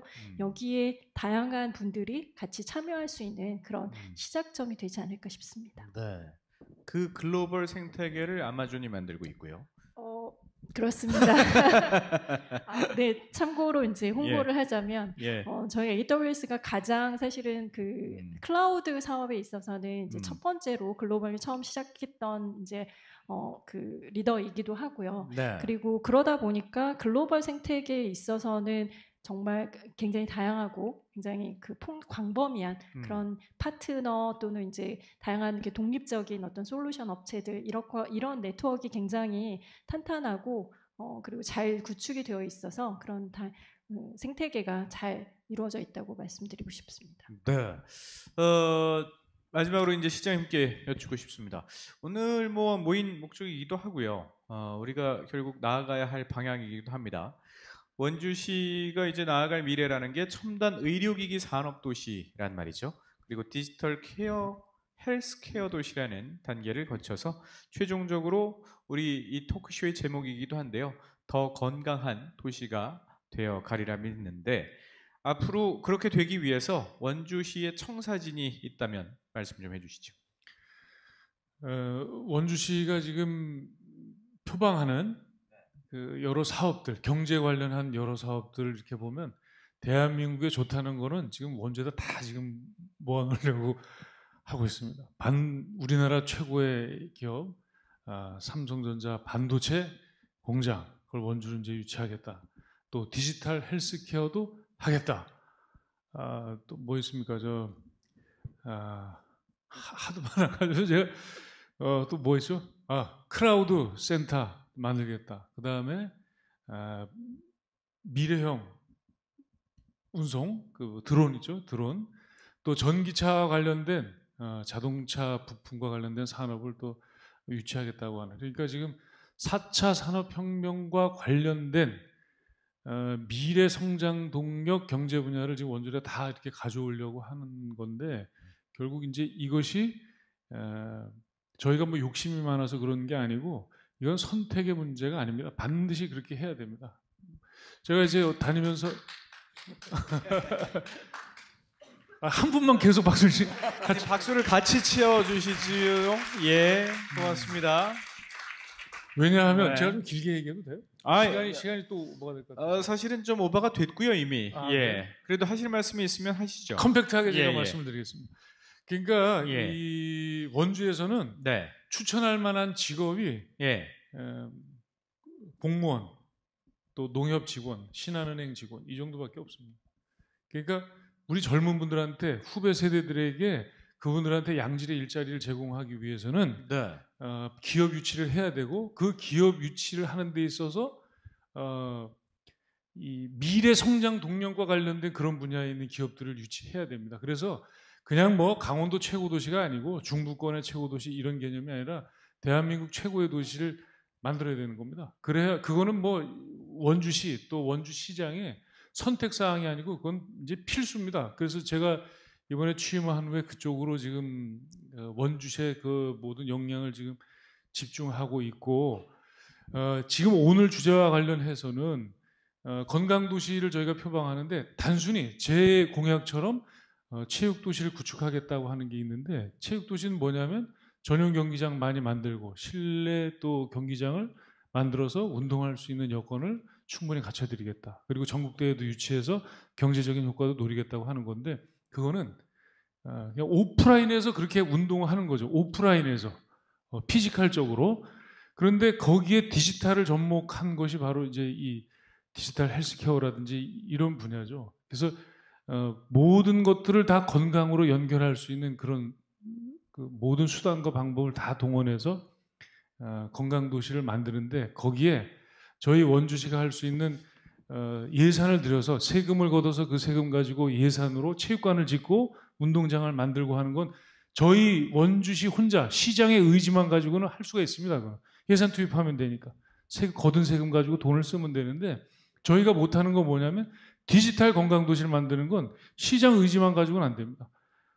전문가, 지역에 있는 전문가, 대학, 또 병원, 또 원주에 함께 있는 그 공공기관이 함께 해줘야 되고, 그 다음에 여기 함께 해주신 우리 젊은 인재분들이 원주를 이끌고 나갈 대한민국의 주역, 동량이 되실 여러분들이 함께 해주셔야 저희가 표방하는 건강도시의 디지털을 접목해서 진정한 그 미래의 그런 그 건강한 사회를 만들 수 있다고 생각을 합니다. 저는 그래서 사실은 좀 굉장히 처음에 여기 앉을 때는 좀 조급한 마음이었는데, 오늘 우리 최주환 아나운서님께서 아주 잘 이렇게 리드를 해주시고 전문가님들 말씀을 이렇게 들어보니까 굉장히 좀 제가 이제는 마음이 여유 있는 건 아니지만 아주 그 단단하게 이렇게 다지면서 이렇게 가면 되겠구나 하는 그런 생각을 했습니다. 잘 들었습니다. 네, 박수 부탁드리겠습니다. 예. 아니 일단 무엇보다 일단 진정성이 느껴졌다고 저는 생각을 합니다. 서두에도 말씀을 드렸습니다만 정말로 기사를 찾아봤고 그 기사들의 양과 내용들을 들여다봤을 때 한 석 달 동안 이렇게 많은 일을 하신 게 맞나 싶을 정도로 참 많은 일들을 하시고 애를 많이 쓰고 계신다는 걸 느꼈거든요. 그런 사업들이 결국은 이 원주시의 앞으로의 지속 발전 가능한 그런 사업들, 그리고 미래 먹거리들을 위한 내용들로 채워져 있었기 때문에 분명히 결실을 맺을 거라는 생각이 들고, 무엇보다 오늘 와주신 분들이 다들 굉장히 젊은 분들이 많잖아요. 젊은 분들이 이런 토크 콘서트에 관심을 갖고 조금은 어떻게 보면 무겁게 느껴질 수도 있는 주제인데 또 재밌게 들어주셨기를 바라고, 더 관심을 가져주시기를 바라는 마음인데 결국은 그런 것들이 모여서 원주시의 발전에 큰 도움이 되지 않을까 싶은 생각이 들거든요. 마지막 질문을 아까 안 받기로 했는데 갑자기 궁금한 게 어떤 분들이 아까 궁금해하셨던 것 같아서 취업에 대한 걱정들, 궁금한 점들도 많으실 것 같아요. 오늘 저 대기업에서 두 분이 나오셨으니까 네, 취업 박람회를 좀 가져보도록 하겠습니다. 는 아니고 예. 궁금해요 정말. 예, 이런 멋있고 크고 좋은 회사에 들어가려면 어떻게 해야 되는지, 네. 뭐 원론적인 얘기보다는 조금 더 구체적인 조언을 해주셨으면 좋겠습니다. 개인적으로 아마존에 너무 들어가고 싶은데 어떻게 했으면 좋을까요? 제가 인사 담당자가 아니기 때문에 본인의 경험을 말씀해 주셔도 되는데요. 제 개인적인 경험으로는 네. 아마 그 삼성 그 파트장님도 계시지만 네. 대기업, 그러니까 국내 기업과 또 이제 외국계 기업이 조금 다른데요. 외국계 기업에 대해서 이제 뭐 그 영어라든가 이런 거에 대해서 막연한 약간 좀 두려움을 가지실 수도 있는데 네. 그거보다는 실제 그 공고가 나는 이제 그래서 채용을 하는 어떤 그 포지션이라든가 역할 이거에 대해서 굉장히 잘 연구하시고 고민하시는 게 좀 필요한 것 같습니다. 그러니까 대부분의 경우에는 취업을 위해서 나 자신의 스펙을 어떻게 더 올리고 나를 어떻게 더 그 중심을 나로 가지고 이렇게 포장하려고 하는 생각을 많이 하시는데요. 그거보다는 그 기업이 뽑으려고 하는 그 포지션과 그 역할이 뭘 요구하는지를 일단은 더 공부하고 고민하신 다음에 거기에 맞게 본인의 스펙을 잘 맞게 얼라인을 시켜서 말하자면 좀 포장을 하는 것이고 저희는 그걸 커스터마이징이라고 얘기를 합니다. 네. 그러니까 기업에서 그 채용하고자 하는 그 포지션에 나를 어떻게 잘 맞춰서 나의 스펙 또는 이제 나의 그 경험을 잘 녹여낼 것인가거든요. 그래서 거기에서 가장 중요하게 생각되는 것 같습니다. 그래서 그 이전에 채용 팀장과도 얘기를 해보면 그런 식으로 뽑으려고 하는 그 요소들이 있거든요. requirements라고 저희 이제 보통 대기업 외국계 기업에서 얘기를 하는데 거기에 지원자가 제출한 서류가 얼마만큼 잘 맞는지 그러니까 10가지가 다 맞을 수는 없어요. 모든 그렇죠. 완전히 완벽하게 맞을 수는 없는데 가장 중요하게 생각하는 것이 그 포인트가 맞는지 제출한 서류상으로 그걸 가장 중요하게 보기 때문에 본인의 스펙을 자꾸 넓히려고 하기보다는 본인이 가고자 하는 또는 기업에서 오픈된 그 포지션에 내가 가지고 있는 것을 얼마만큼 잘 커스터마이징해서 맞출 수 있는지를 고민하시면 조금 더 도움이 되지 않을까 싶습니다. 그런 생각이 들어요. 뭐 저는 저를 기준으로 말씀을 드려야 되니까 제가 줄 수 있는 이야기는 비슷했던 것 같아요. 방송국을 혹시 입사하시고 싶은 분들은 요즘은요. 경험을 굉장히 중요하게 생각하더라고요. 바로 사람을 뽑아서 현장에 투입시킬 수 있느냐 여부를 많이 보기 때문에 나는 지금 대졸 신입생이니까 대졸 신입사원이니까 당연히 경험이 없는 게 맞지 않나라는 생각이 아니라 요즘은 미리 경험해 볼 수 있는 컨텐츠도 많고 플랫폼도 많고 다양한 기회가 있으니까 만약에 방송을 꿈꾸신다면 실제로 방송을 해보시고 개인 방송을 할 수 있는 여지도 많잖아요. 겪어보고 PD도 마찬가지더라고요. 편집해보고 촬영해보고 직접 구성해본 그런 인재들을 뽑더라라는 이야기를 드립니다. 네. 삼성은 어떤가요? 비슷한데요. 아까 네. 박선주 매니저님 말씀하신 것처럼 저희도 예전에 취업 성향은 제너럴리스트를 뽑는 거였는데요. 요즘은 스페셜리스트를 뽑고 있습니다. 다 잘하기보다는 하나를 특별하게 잘하시는 걸 추천드리고요. 그리고 이제 저도 어쩌면 여기 오시는 분들 중에 몇 분을 면접을 할지도 모르겠는데 바라는 건 면접장에서의 분위기도 굉장히 중요합니다. 서류를 통과했을 때 면접장에 오셨을 때 굉장히 밝고 자신 있는 모습을 보이시면 합격하는 데 훨씬 더 도움이 되실 겁니다. 네. 요거는 정말 꿀팁들이 됐으리라 생각이 되고요. 제가 생각해도 정말 귀담아 들을 만한 그런 선배님들의 조언이었다고 생각이 듭니다. 의사 선생님께는 안 여쭐게요. 네. 국영수 중심으로 열심히 하시기 바랍니다. 자, 이것으로 이제 마칠 시간이 됐는데 저희가 기념 촬영을 좀 하고 마치도록 하겠습니다. 좀 함께 도와주시면 대단히 감사하겠고요. 기념 촬영을 하기 전에 미리 마무리 인사를 좀 드릴게요.